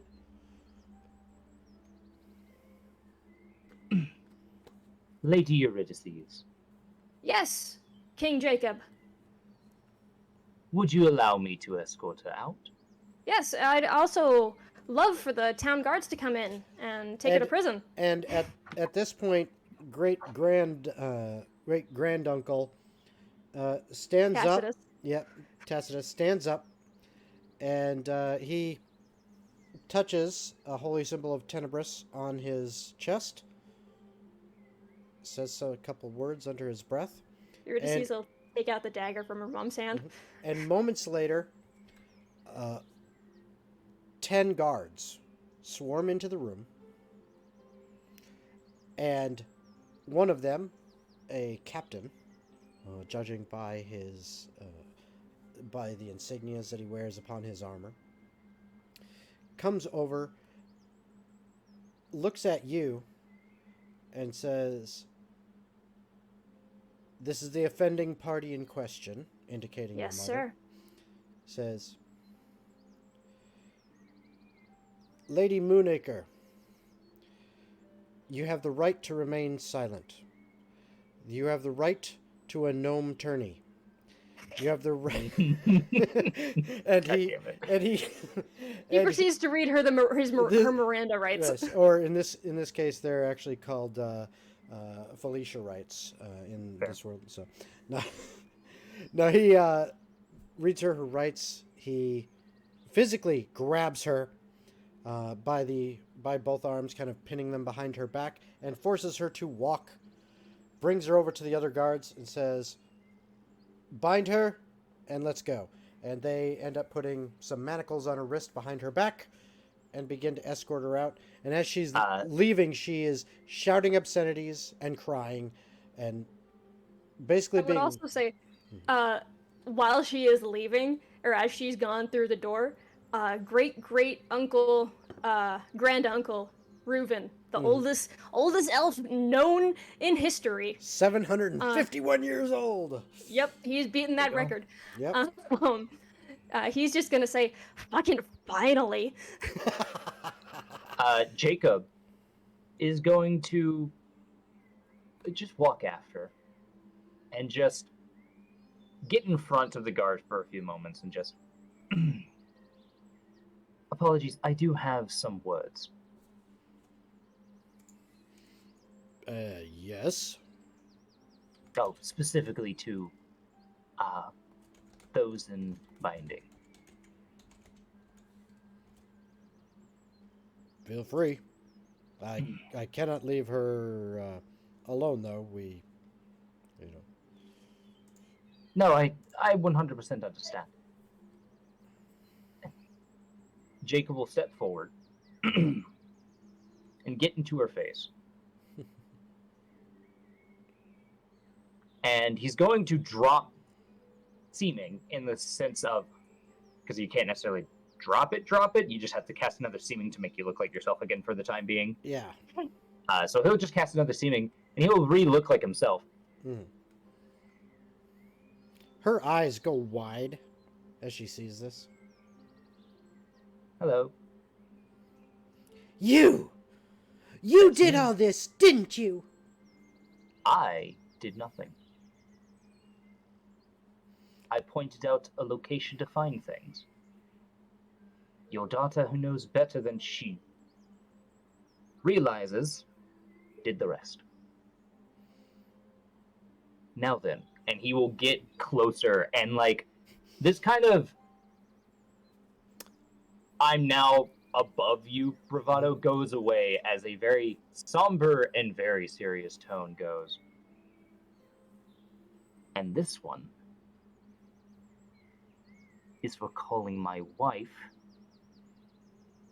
And he will just kind of reach up with his hand across the face. So you give her a slap hard across the face? All right. Backhand. Oh, okay, you backhand. You give her the old pimp hand. Yep. So you backhand her. One question, real quick, just for my amusement. When I stabbed Medea, would you say I got sneak attack damage? Absolutely. Yay! Absolutely. Yeah, roll that damage. Okay, sweet. Yeah, Watch it kill her. just so you Just bleeds out through yeah, her you hand. damn near kill her in one shot.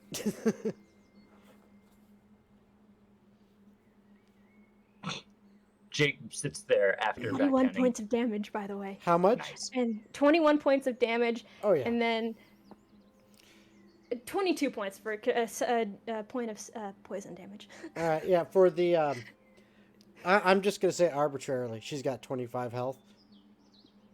So yeah, she's down to Jacob 3. ponders. Jacob, you just did one more, so she's down to 2. Jacob ponders while standing there. I could kill another one, but this one deserves it. Technically, she's not a queen. Gods. Unfortunate. I know, right? That would have been so much more satisfying. Yeah. Jacob. This is what happens when you call a wife a mutt. Yeah. Jacob then looks at her. And just very quietly, just kind of leans to her ear after the slap in Elvish. Trust me, if it were up to me, wherever you're going, I will be there. And you are not going to like how it ends. Roll an intimidation check with advantage. Oh boy. Don't you have a negative to your charisma? I Yeah. sure do. But still. Doesn't mean shit. Natural 20 for a 19. Oh For a shit! 19. Nat 20. Hold on. Spam it. Pew, pew, pew, pew, pew, pew, pew, pew, pew, pew. Meow. Don't Oh my fuck with the blind wizard. Don't fuck with the blind wizard. Yeah, she's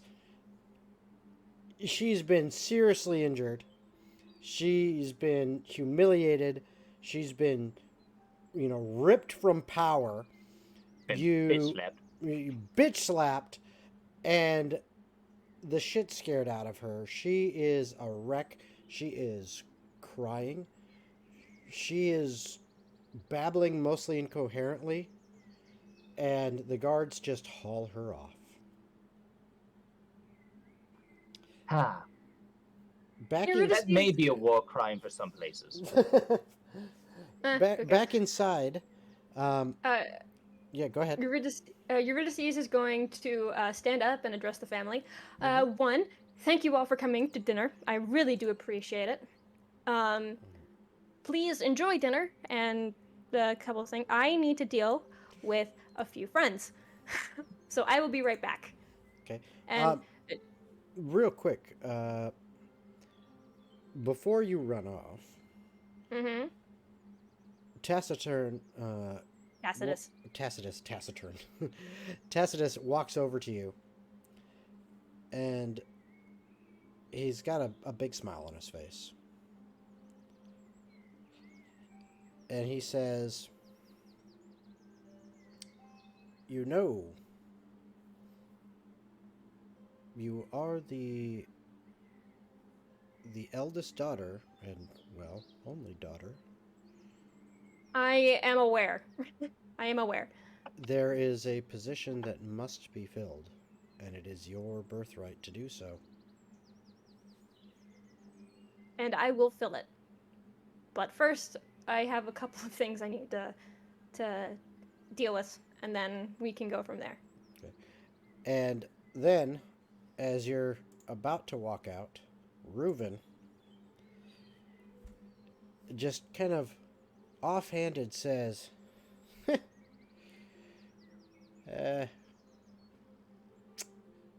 reminds me of something, stories I heard of our past. You look Oh, like a yes. spitting image. Aw. Yes, Uncle Reuven, I almost forgot. You are welcome to stay in the manor house from now on. If you like. Really? Yes. Really? Well, I really don't know about. I kind of like my privacy. You know Well, that. the offer will always be open. Well, I'll think about that. Okay. And Eurydice will step outside. She would have asked for one of the town guards, to stay behind. Yeah, he absolutely does. Okay. And she tells him, please take the bounty off of the Tweedle dumbasses, all of them. Please take all their bounties down. And you the say this. Takashi You say family. this to the guard. Yes. And the Takashi family, and for Rainin, her grandfather. Okay. And the guard looks at you and says, "So be it, Lady Moonacre."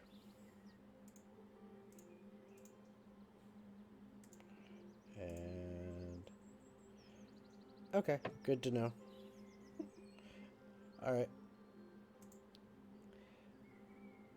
And as you're about to walk out, Reuven looks up towards the fireplace mantle and says, "Now we can get that damn picture off of there. Find that old axe, put it back up. That looked much better." That'll be another priority. And then she goes to a servant, Okay.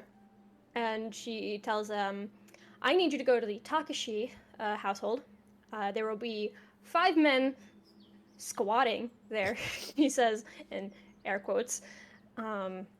It'll be Lee Takashi and his friends. Please bring them here and tell them it is by order of Lady Moonacre. I want to freak them out. Don't tell them I sent you. Okay, and Say, the Lady Moonacre. okay. The servant actually kind of gets a little bit of a smile as he understands you're obviously trying to play a joke on somebody. So he's like, "Very well, Lady Mooniker," and he runs off and goes out. He'll be back later. Yeah. And Eurydice will go eat dinner with her family. Okay. All right. Jacob. Jacob. Yes. Oh boy, this will be fun. Jacob is going to make his way and just kind of follow and see where guards are going. Okay. Wait, are you actually gonna kill her? I will neither Maybe. confirm nor deny what he's going to do. I mean, I won't be upset. He's just going to follow and see where the guards kind of lead.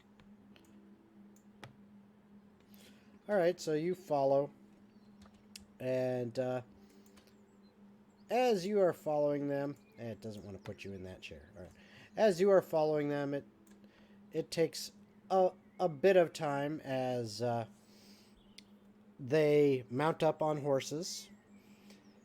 They put her over the back of a horse, and they begin to kind of trot off. They're not going at like great speed or anything. They're just kind of a canter. So you can keep up with them, but you're gonna be, moving for a little while. Yeah, that's fine. He will keep as much as he can up. Okay. If you decide to follow them the whole way, it takes them about an hour. Yeah. Since they're not going with a lot of haste. But it takes them about an hour to get into the city proper, and then eventually they go to a prison as near as you can tell. And Medea is taken off the horse.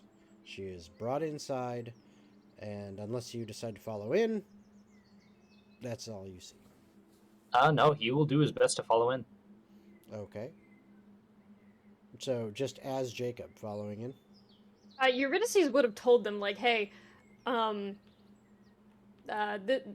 have told the guard or everyone, like, hey, we've got a king here. Okay.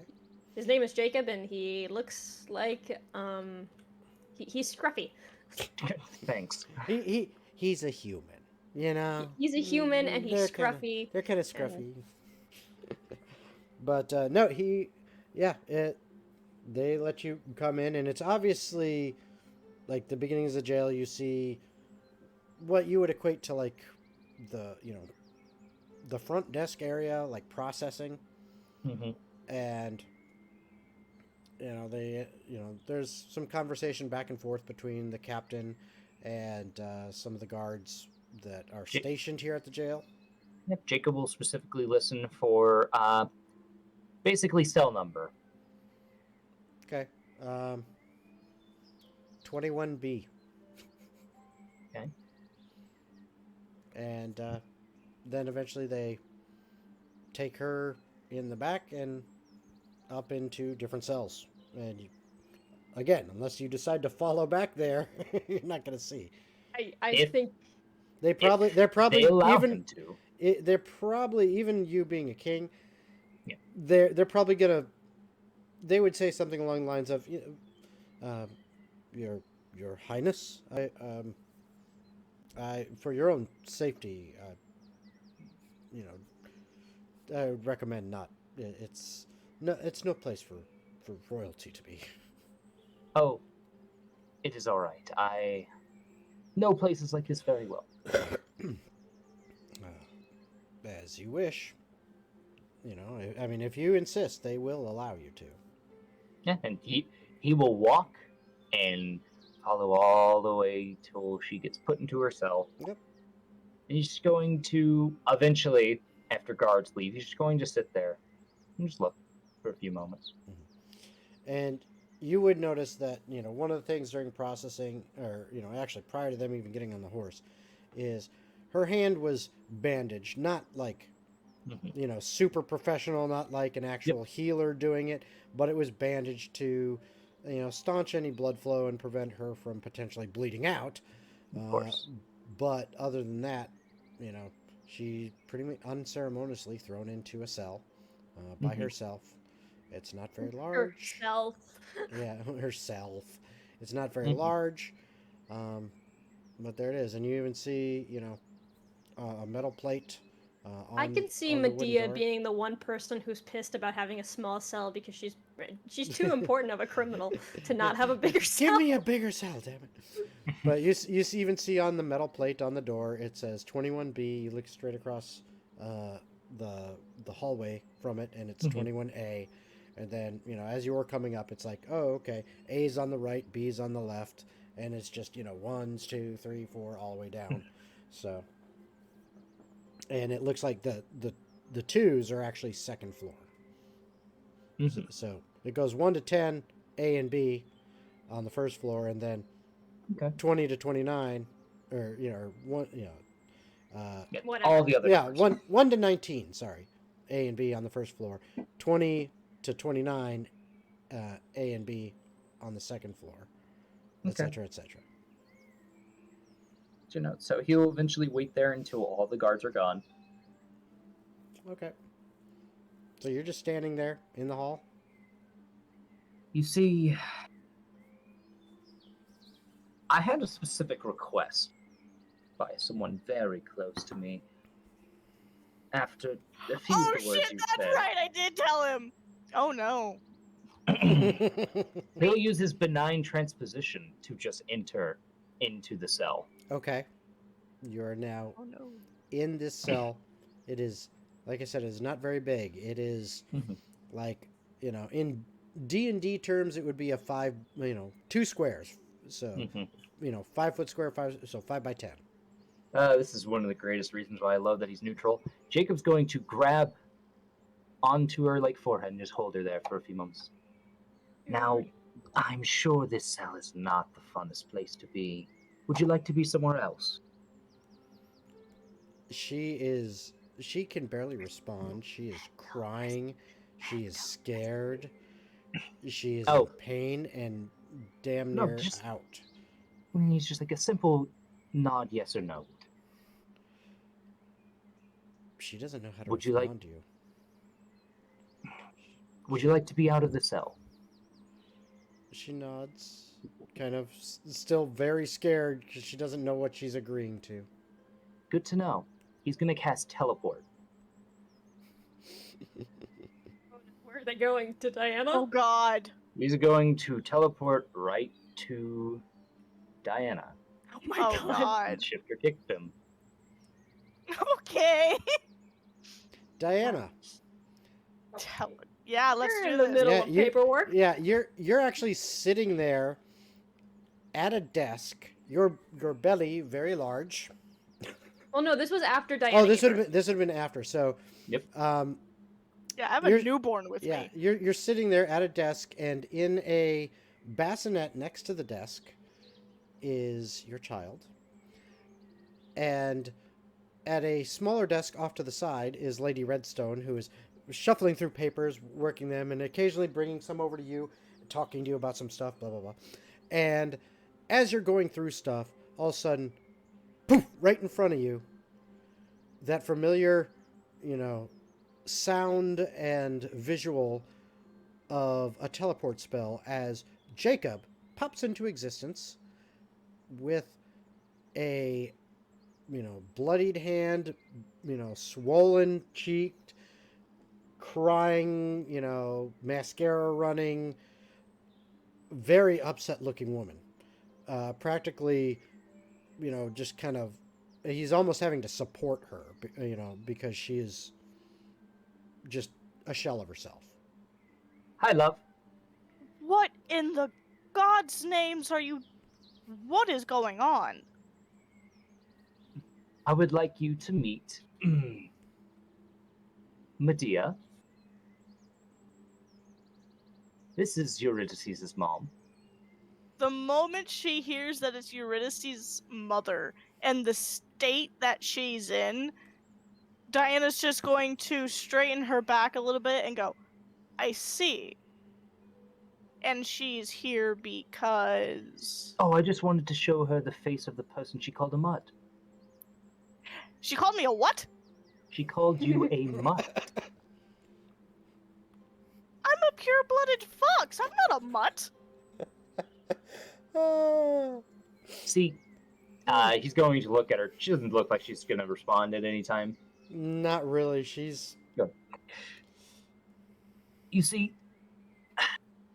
this person doesn't believe that certain people should be able to do things. So she said that I handled a mutt, becoming the king here. Controlling the animals, she said. Diana's going to walk around the desk and stand in front of Eurydice's mother. And looks at her and goes, you think we're animals? Is that what I'm hearing? And you hear... The whole time she hasn't really even looked up. Her head's been down and she's been sobbing. And you hear the sobs kind of increase.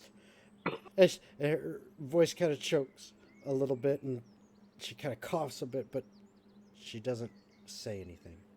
Just... I'm so glad Jacob's blind. Because Diana's going to reach down and grab her mother's face and lift it to force her to look at her and activate the necklace.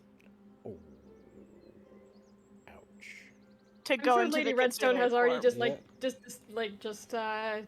okay, this is a private family matter. We're Yeah. gonna take the baby. Yeah, actually, That's that's because one of the conditions of the necklace is everybody who can see her has to make a wisdom save. Yeah, and that's... Or they're frightened of her. And actually, as you stood up and walked around and started getting in Medea's face a little bit, before you even reached her, Lady Redstone was like, yeah. And she goes over to the bassinet and takes the baby and just kind of quietly exits the room. Jacob just gives her a nod of, like, thanks. Mm-hmm. It's like, no. Yeah. I'm not gonna deal with this. And so you activate the stone? Yes. Yeah. And, Around the necklace around her neck to go into the Yeah. kitsune form. yeah, and... And after she does it, the moment her mother is looking at her, she's just gonna grin and go, I am much, much worse than just an animal.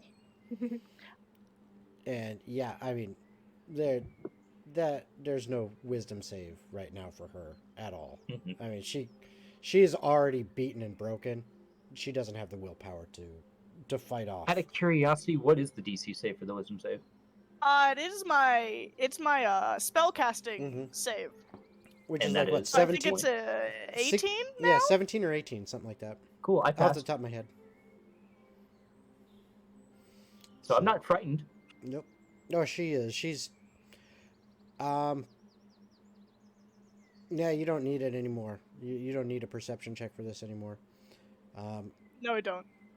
I have magical ears. Yeah. Well, it's ears, eyes. A puddle Nose. Mouth and nose. puddle of piss begins to leak out of her dress, Well, shit. That's as all over the night. she pees herself from fear. I mean, fair. Now, love, should I do the honors or should you? I have a question. By this level, I can't remember. Would any of us have that fucking, mind-destroying spell? Feeble mind? Yeah. I No. do not have it. No. Damn. No.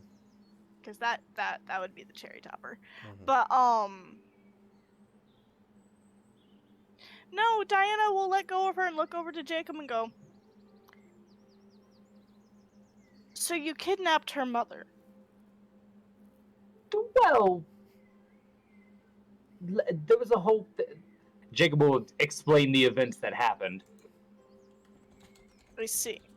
Well, put the manacles on her and throw her in a cell for now. When Yuri gets back, she can deal with her.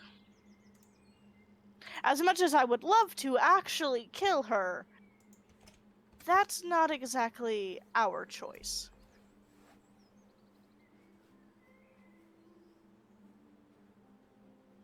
As you wish for this time being. Oh, But you know if what? you Better want to yet, make her, I'll cast if you sending. want, but no, and Diana will continue. But she did call us animals, so it's only fit we treat our prisoner as animals would.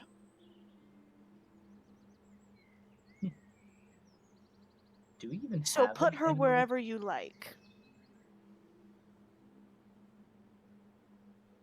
Huh. Do you cast sending the Eurydice?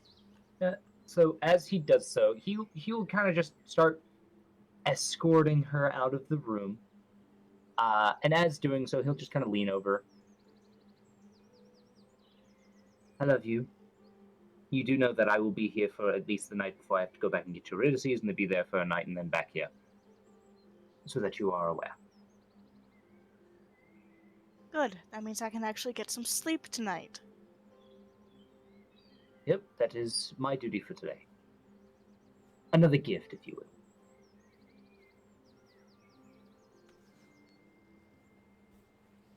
And he'll give her like a quick peck on the cheek and just kind of drag her ass out.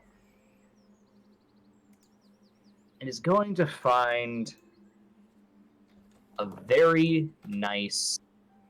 Welcome back. And as he's like kind of walking to take her to the new destination of her prison, Mhm. he's going to cast Sending Okay. to Eurydice. Eurydice, I have teleported back home with your mother.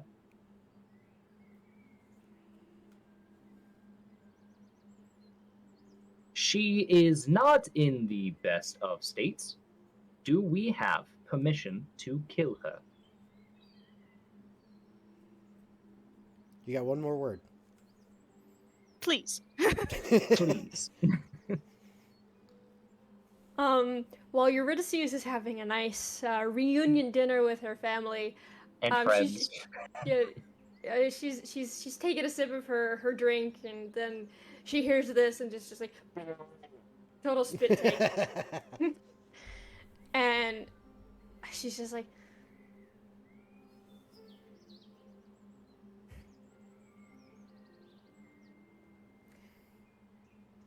go spend time with your wife. I'm gonna stay here for a while.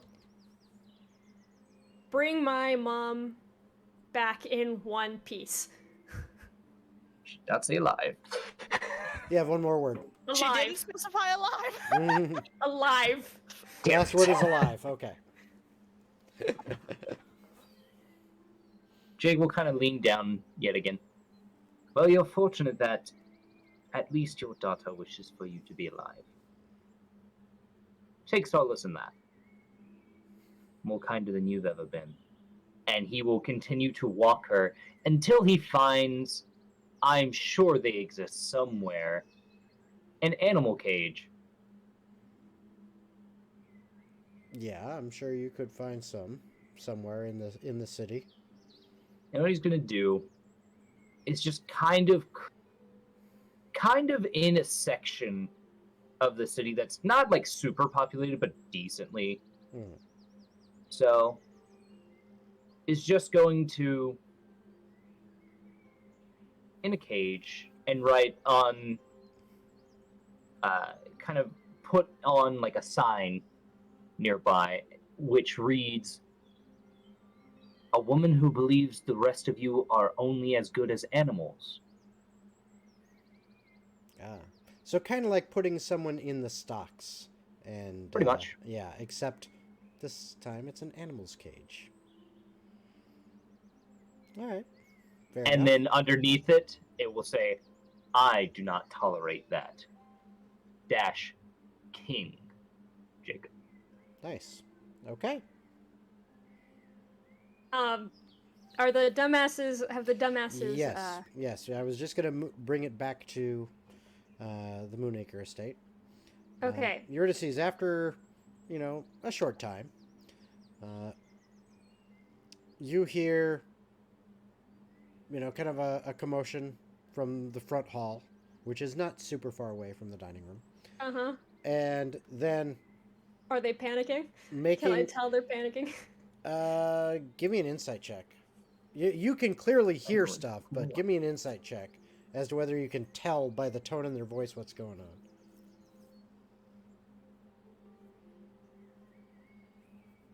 Hold on.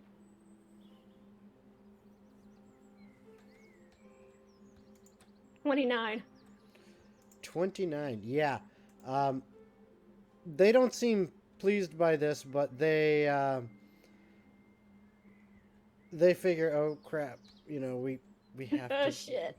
They know we're there. I mean, there's no sense in hiding.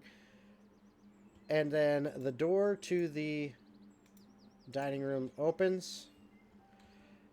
And I am sitting at the head of the table. Yep. The servant who you sent out kind of opens the door, walks through, and then, kind of gestures. And you see Lee at the head of the column as the 5 dumbasses walk through. And they're looking at the scene. And all of them kind of have confused looks on their face. Lee's jaw is kind of hanging open, like slack-jawed, like, what? As they're looking at the head of the table, expecting to see Medea and expecting to see a whole bunch of guards or something like that in the room. All they see is a bunch of the Moonacre family enjoying a nice meal with some servants attending to them. And Two of the kids getting into a small food fight. Yep, and Eurydice sitting at the head of the table. And they are just, like, baffled by, what the hell's going on? Gentlemen. It takes a moment or two, but as expected, Orion's the first to pick up on what has happened. And he walks around and he goes, "Cousin!" Yay! And he smiles big and he walks over there and he gives you a big hug. And Eurydice hugs him back. Mm-hmm. And she steps, she kind of just moves him back in line, just stay there for a minute. And she stands up and she's in front of all her friends, and she turns to Cole, Agni, and Echo, and she says, "You 3 will." Wait, no, hold on. No, that's not what happens first. She turns to Orion, and she says, as my first act of Lady Moonacre, Lady of the House, you, Orion's Belt, you and your parents, all of your family, are now official members of the Moonacre family. And his eyes go wide, and a big smile comes to his face. And he just grabs a glass off the table, actually right in front of Tacitus. It's his glass. Just grabs it up in front of the table, holds it up and goes, "Yeah!" And it downs half of it. Good for you. And she turns to Cole, Echo, and Agni. And you 3 will always be welcome on the Moonacre estate and will be honorary members of the family. And Agni goes, Agni looks at Cole, and you can hear it, and he goes, "I get higher rank than you." Yeah. She turns to Lee, and she says, "You're gonna need to change your last name." He kind of looks at you for a second and goes, "What?" I outrank you. And his eyes go real big for a moment, and you can see the understanding down on his face. And he runs from, you see him clear the 10-foot distance between the door and your chair, like that as he runs over to you, and before you can stop him, he picks you up, like his hands under your armpits, like picks you up high into the air, and then brings you down and just gives you this big hug and just holds you. Okay. She pats him and she's like, "Not yet, buddy. We're getting there. We are basically still teenagers. We're just calm down." And so he kind of, smiles, and he lets you puts you down, lets you go. And, but I understand. But he stands next to you, just kind of to the side. We are both still young, and we still need to figure out who we really are without each other. So, and you have friends who you need to go adventuring with, because, they're not gonna last forever, and we may. So. And bluntly said, yeah. All right. Yeah.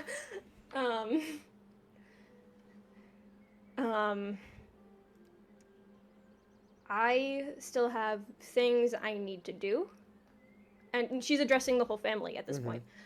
I still have things I need to do outside of the family, and before I can really take on this task. But I will be here for a few months until I am called upon by my friends. And when I do leave, I'd like to leave Lee's father in charge, because at least of the business end of the house. And because everyone, kind of, nods along. Because Takashi knows how to resolve arguments, not just stop them. And she turns to Lee again. She's like, "Oh yeah, your parents are gonna be able to come back and stuff." Which he's obviously delighted about. Yeah. And I will be taking on the role of Lady of the House, and family, and High Priestess, of course. But I will need some time to go help my friends with a thing, because that's, like, world-ending important. Okay. But for now, we can be a family. Okay. And Tacitus says, "While you are gone, if you need, I can continue running things at the church, as I basically have done for years, even though it was really your mother's duty. But I can keep things as they were until you are ready." I would appreciate that. And while I am here, I would like to learn how to run the house and learn how to be the High Priestess. Absolutely. Whatever you need. Thank you. Okay. And Rivas, you actually see, during the dinner and everything, and while the commotion was about, he had slipped out. You notice that painting is no longer above the mantle. You mean Reuven? Reuven. Yeah. I said Rivas. Reuven. Yeah. Reuven had slipped out, and that painting is no longer above the mantle. Okay. You don't know where he is, but you suspect that he probably took care of that painting. Good. I hope he burned it, because that's what I was gonna do. Eventually, like, maybe like a day later or something, Eurydice will go find the axe. Okay. And yeah, if you are, as you're, over the next day or two, or however long you take, back at your home. Well, Eurydice is staying there until Diana is ready to start going again. Okay. So while you are there, like the next day or two, as you are looking around, you eventually disable your mother's ward, and or, if you so choose, I disable it. Okay. So you disable your mother's ward, and I trust my family. And you continue searching through that office because it needs to be And changed. It needs to be I've also changed. sent the dumbasses to investigate the attic because Yep. And they'd have fun up there.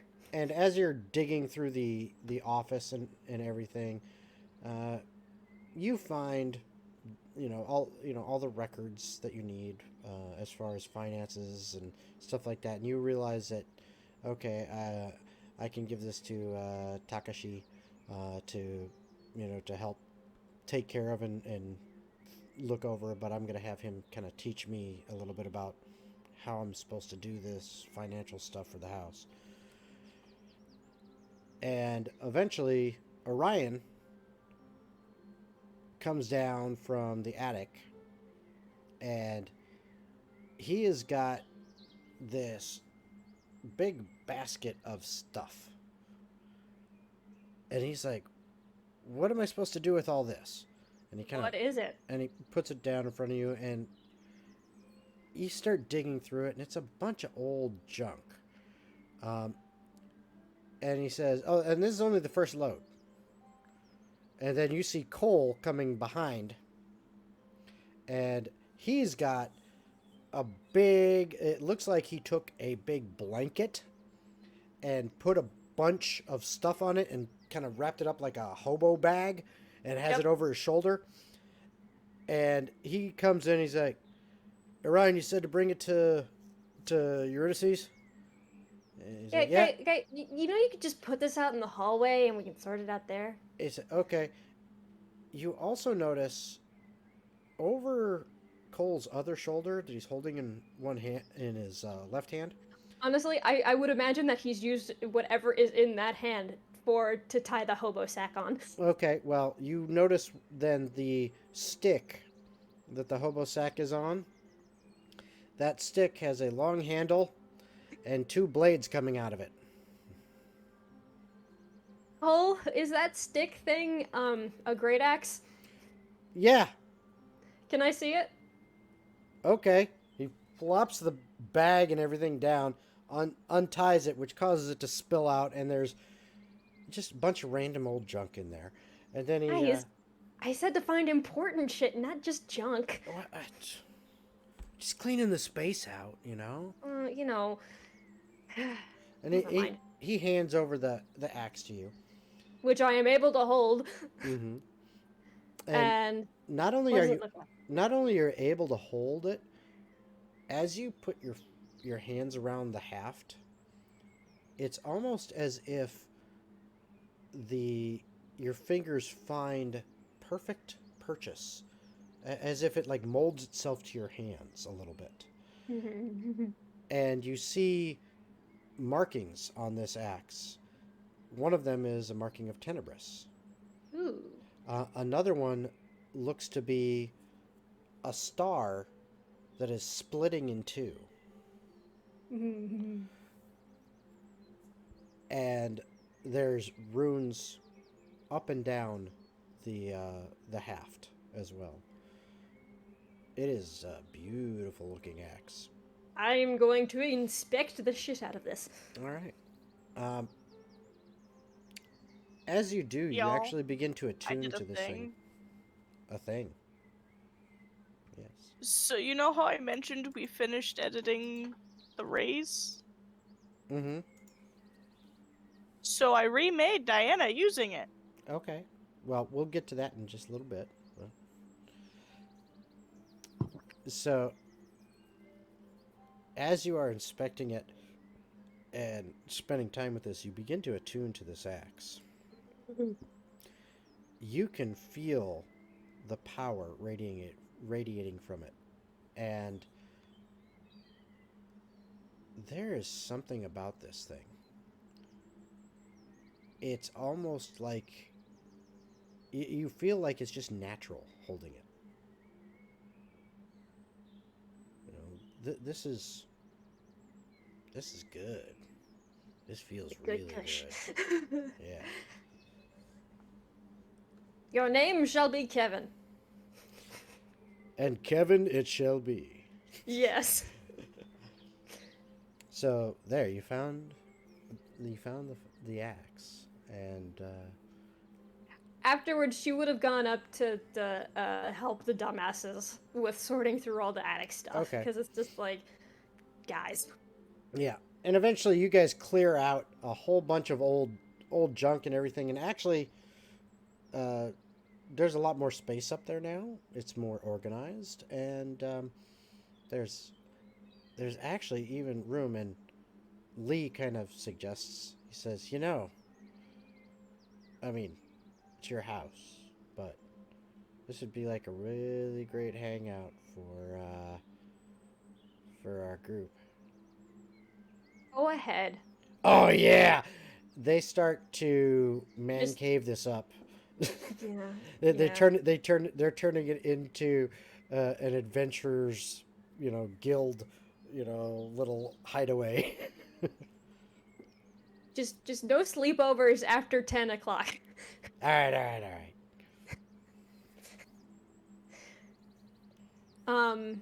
And Eurydice, after everything that's happened, she's now starting to wear like more plate mail armor, more of like actual heavier armor, but it's just like the breastplate, so she still has her stealth and stuff. Okay. And it all has like the symbol of Tenebris on it. Excellent. All right, and then you plan on basically staying here until the time comes that Diana says it's time to go. Yes. Okay. And I'm if Jacob came the next day after everything, or she would have caught him up with everything and told him to get some system in place where she can send mail to Diana, so she doesn't have to say 25 words or less to Jacob and him having to repeat it. Okay.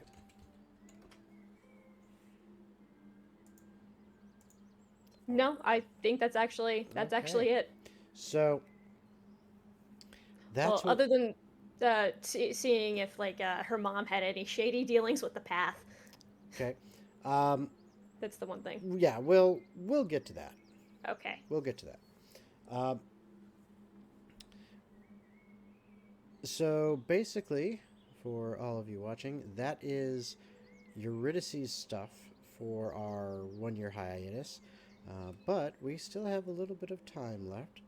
So, Diana, is Razmith available?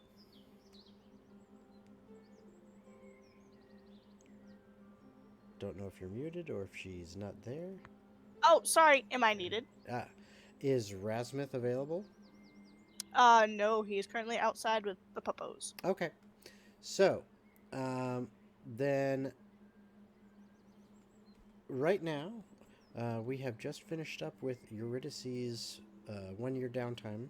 I think that's going to be it for tonight. And it looks like, again, a reminder, next week, unfortunately, there will be no game because, work, my day job, as well as it is the holiday season, so things are getting a little bit up in the air on stuff. We'll try to put out a schedule as far as what's going to be happening in the next couple months, but I think it would be, let me double check the date, the 15th, if my players are available on that date. That is when we can start in on Diana and Jacob's 1-year downtime. Does that sound good to you guys? Yeah. All right. So we will see you guys then. And thank you guys so much for watching. We hope you guys had a good time. I know I did. I hope Eurydice is happy. I did. I've been waiting to stab her hand for so long. Well, you did it really good. Thank you. Like 99% of her hit points, basically. Mm-hmm. All right. So thank you guys so much for watching. And we'll see you next time. Bye, everybody. Bye. Goodbye.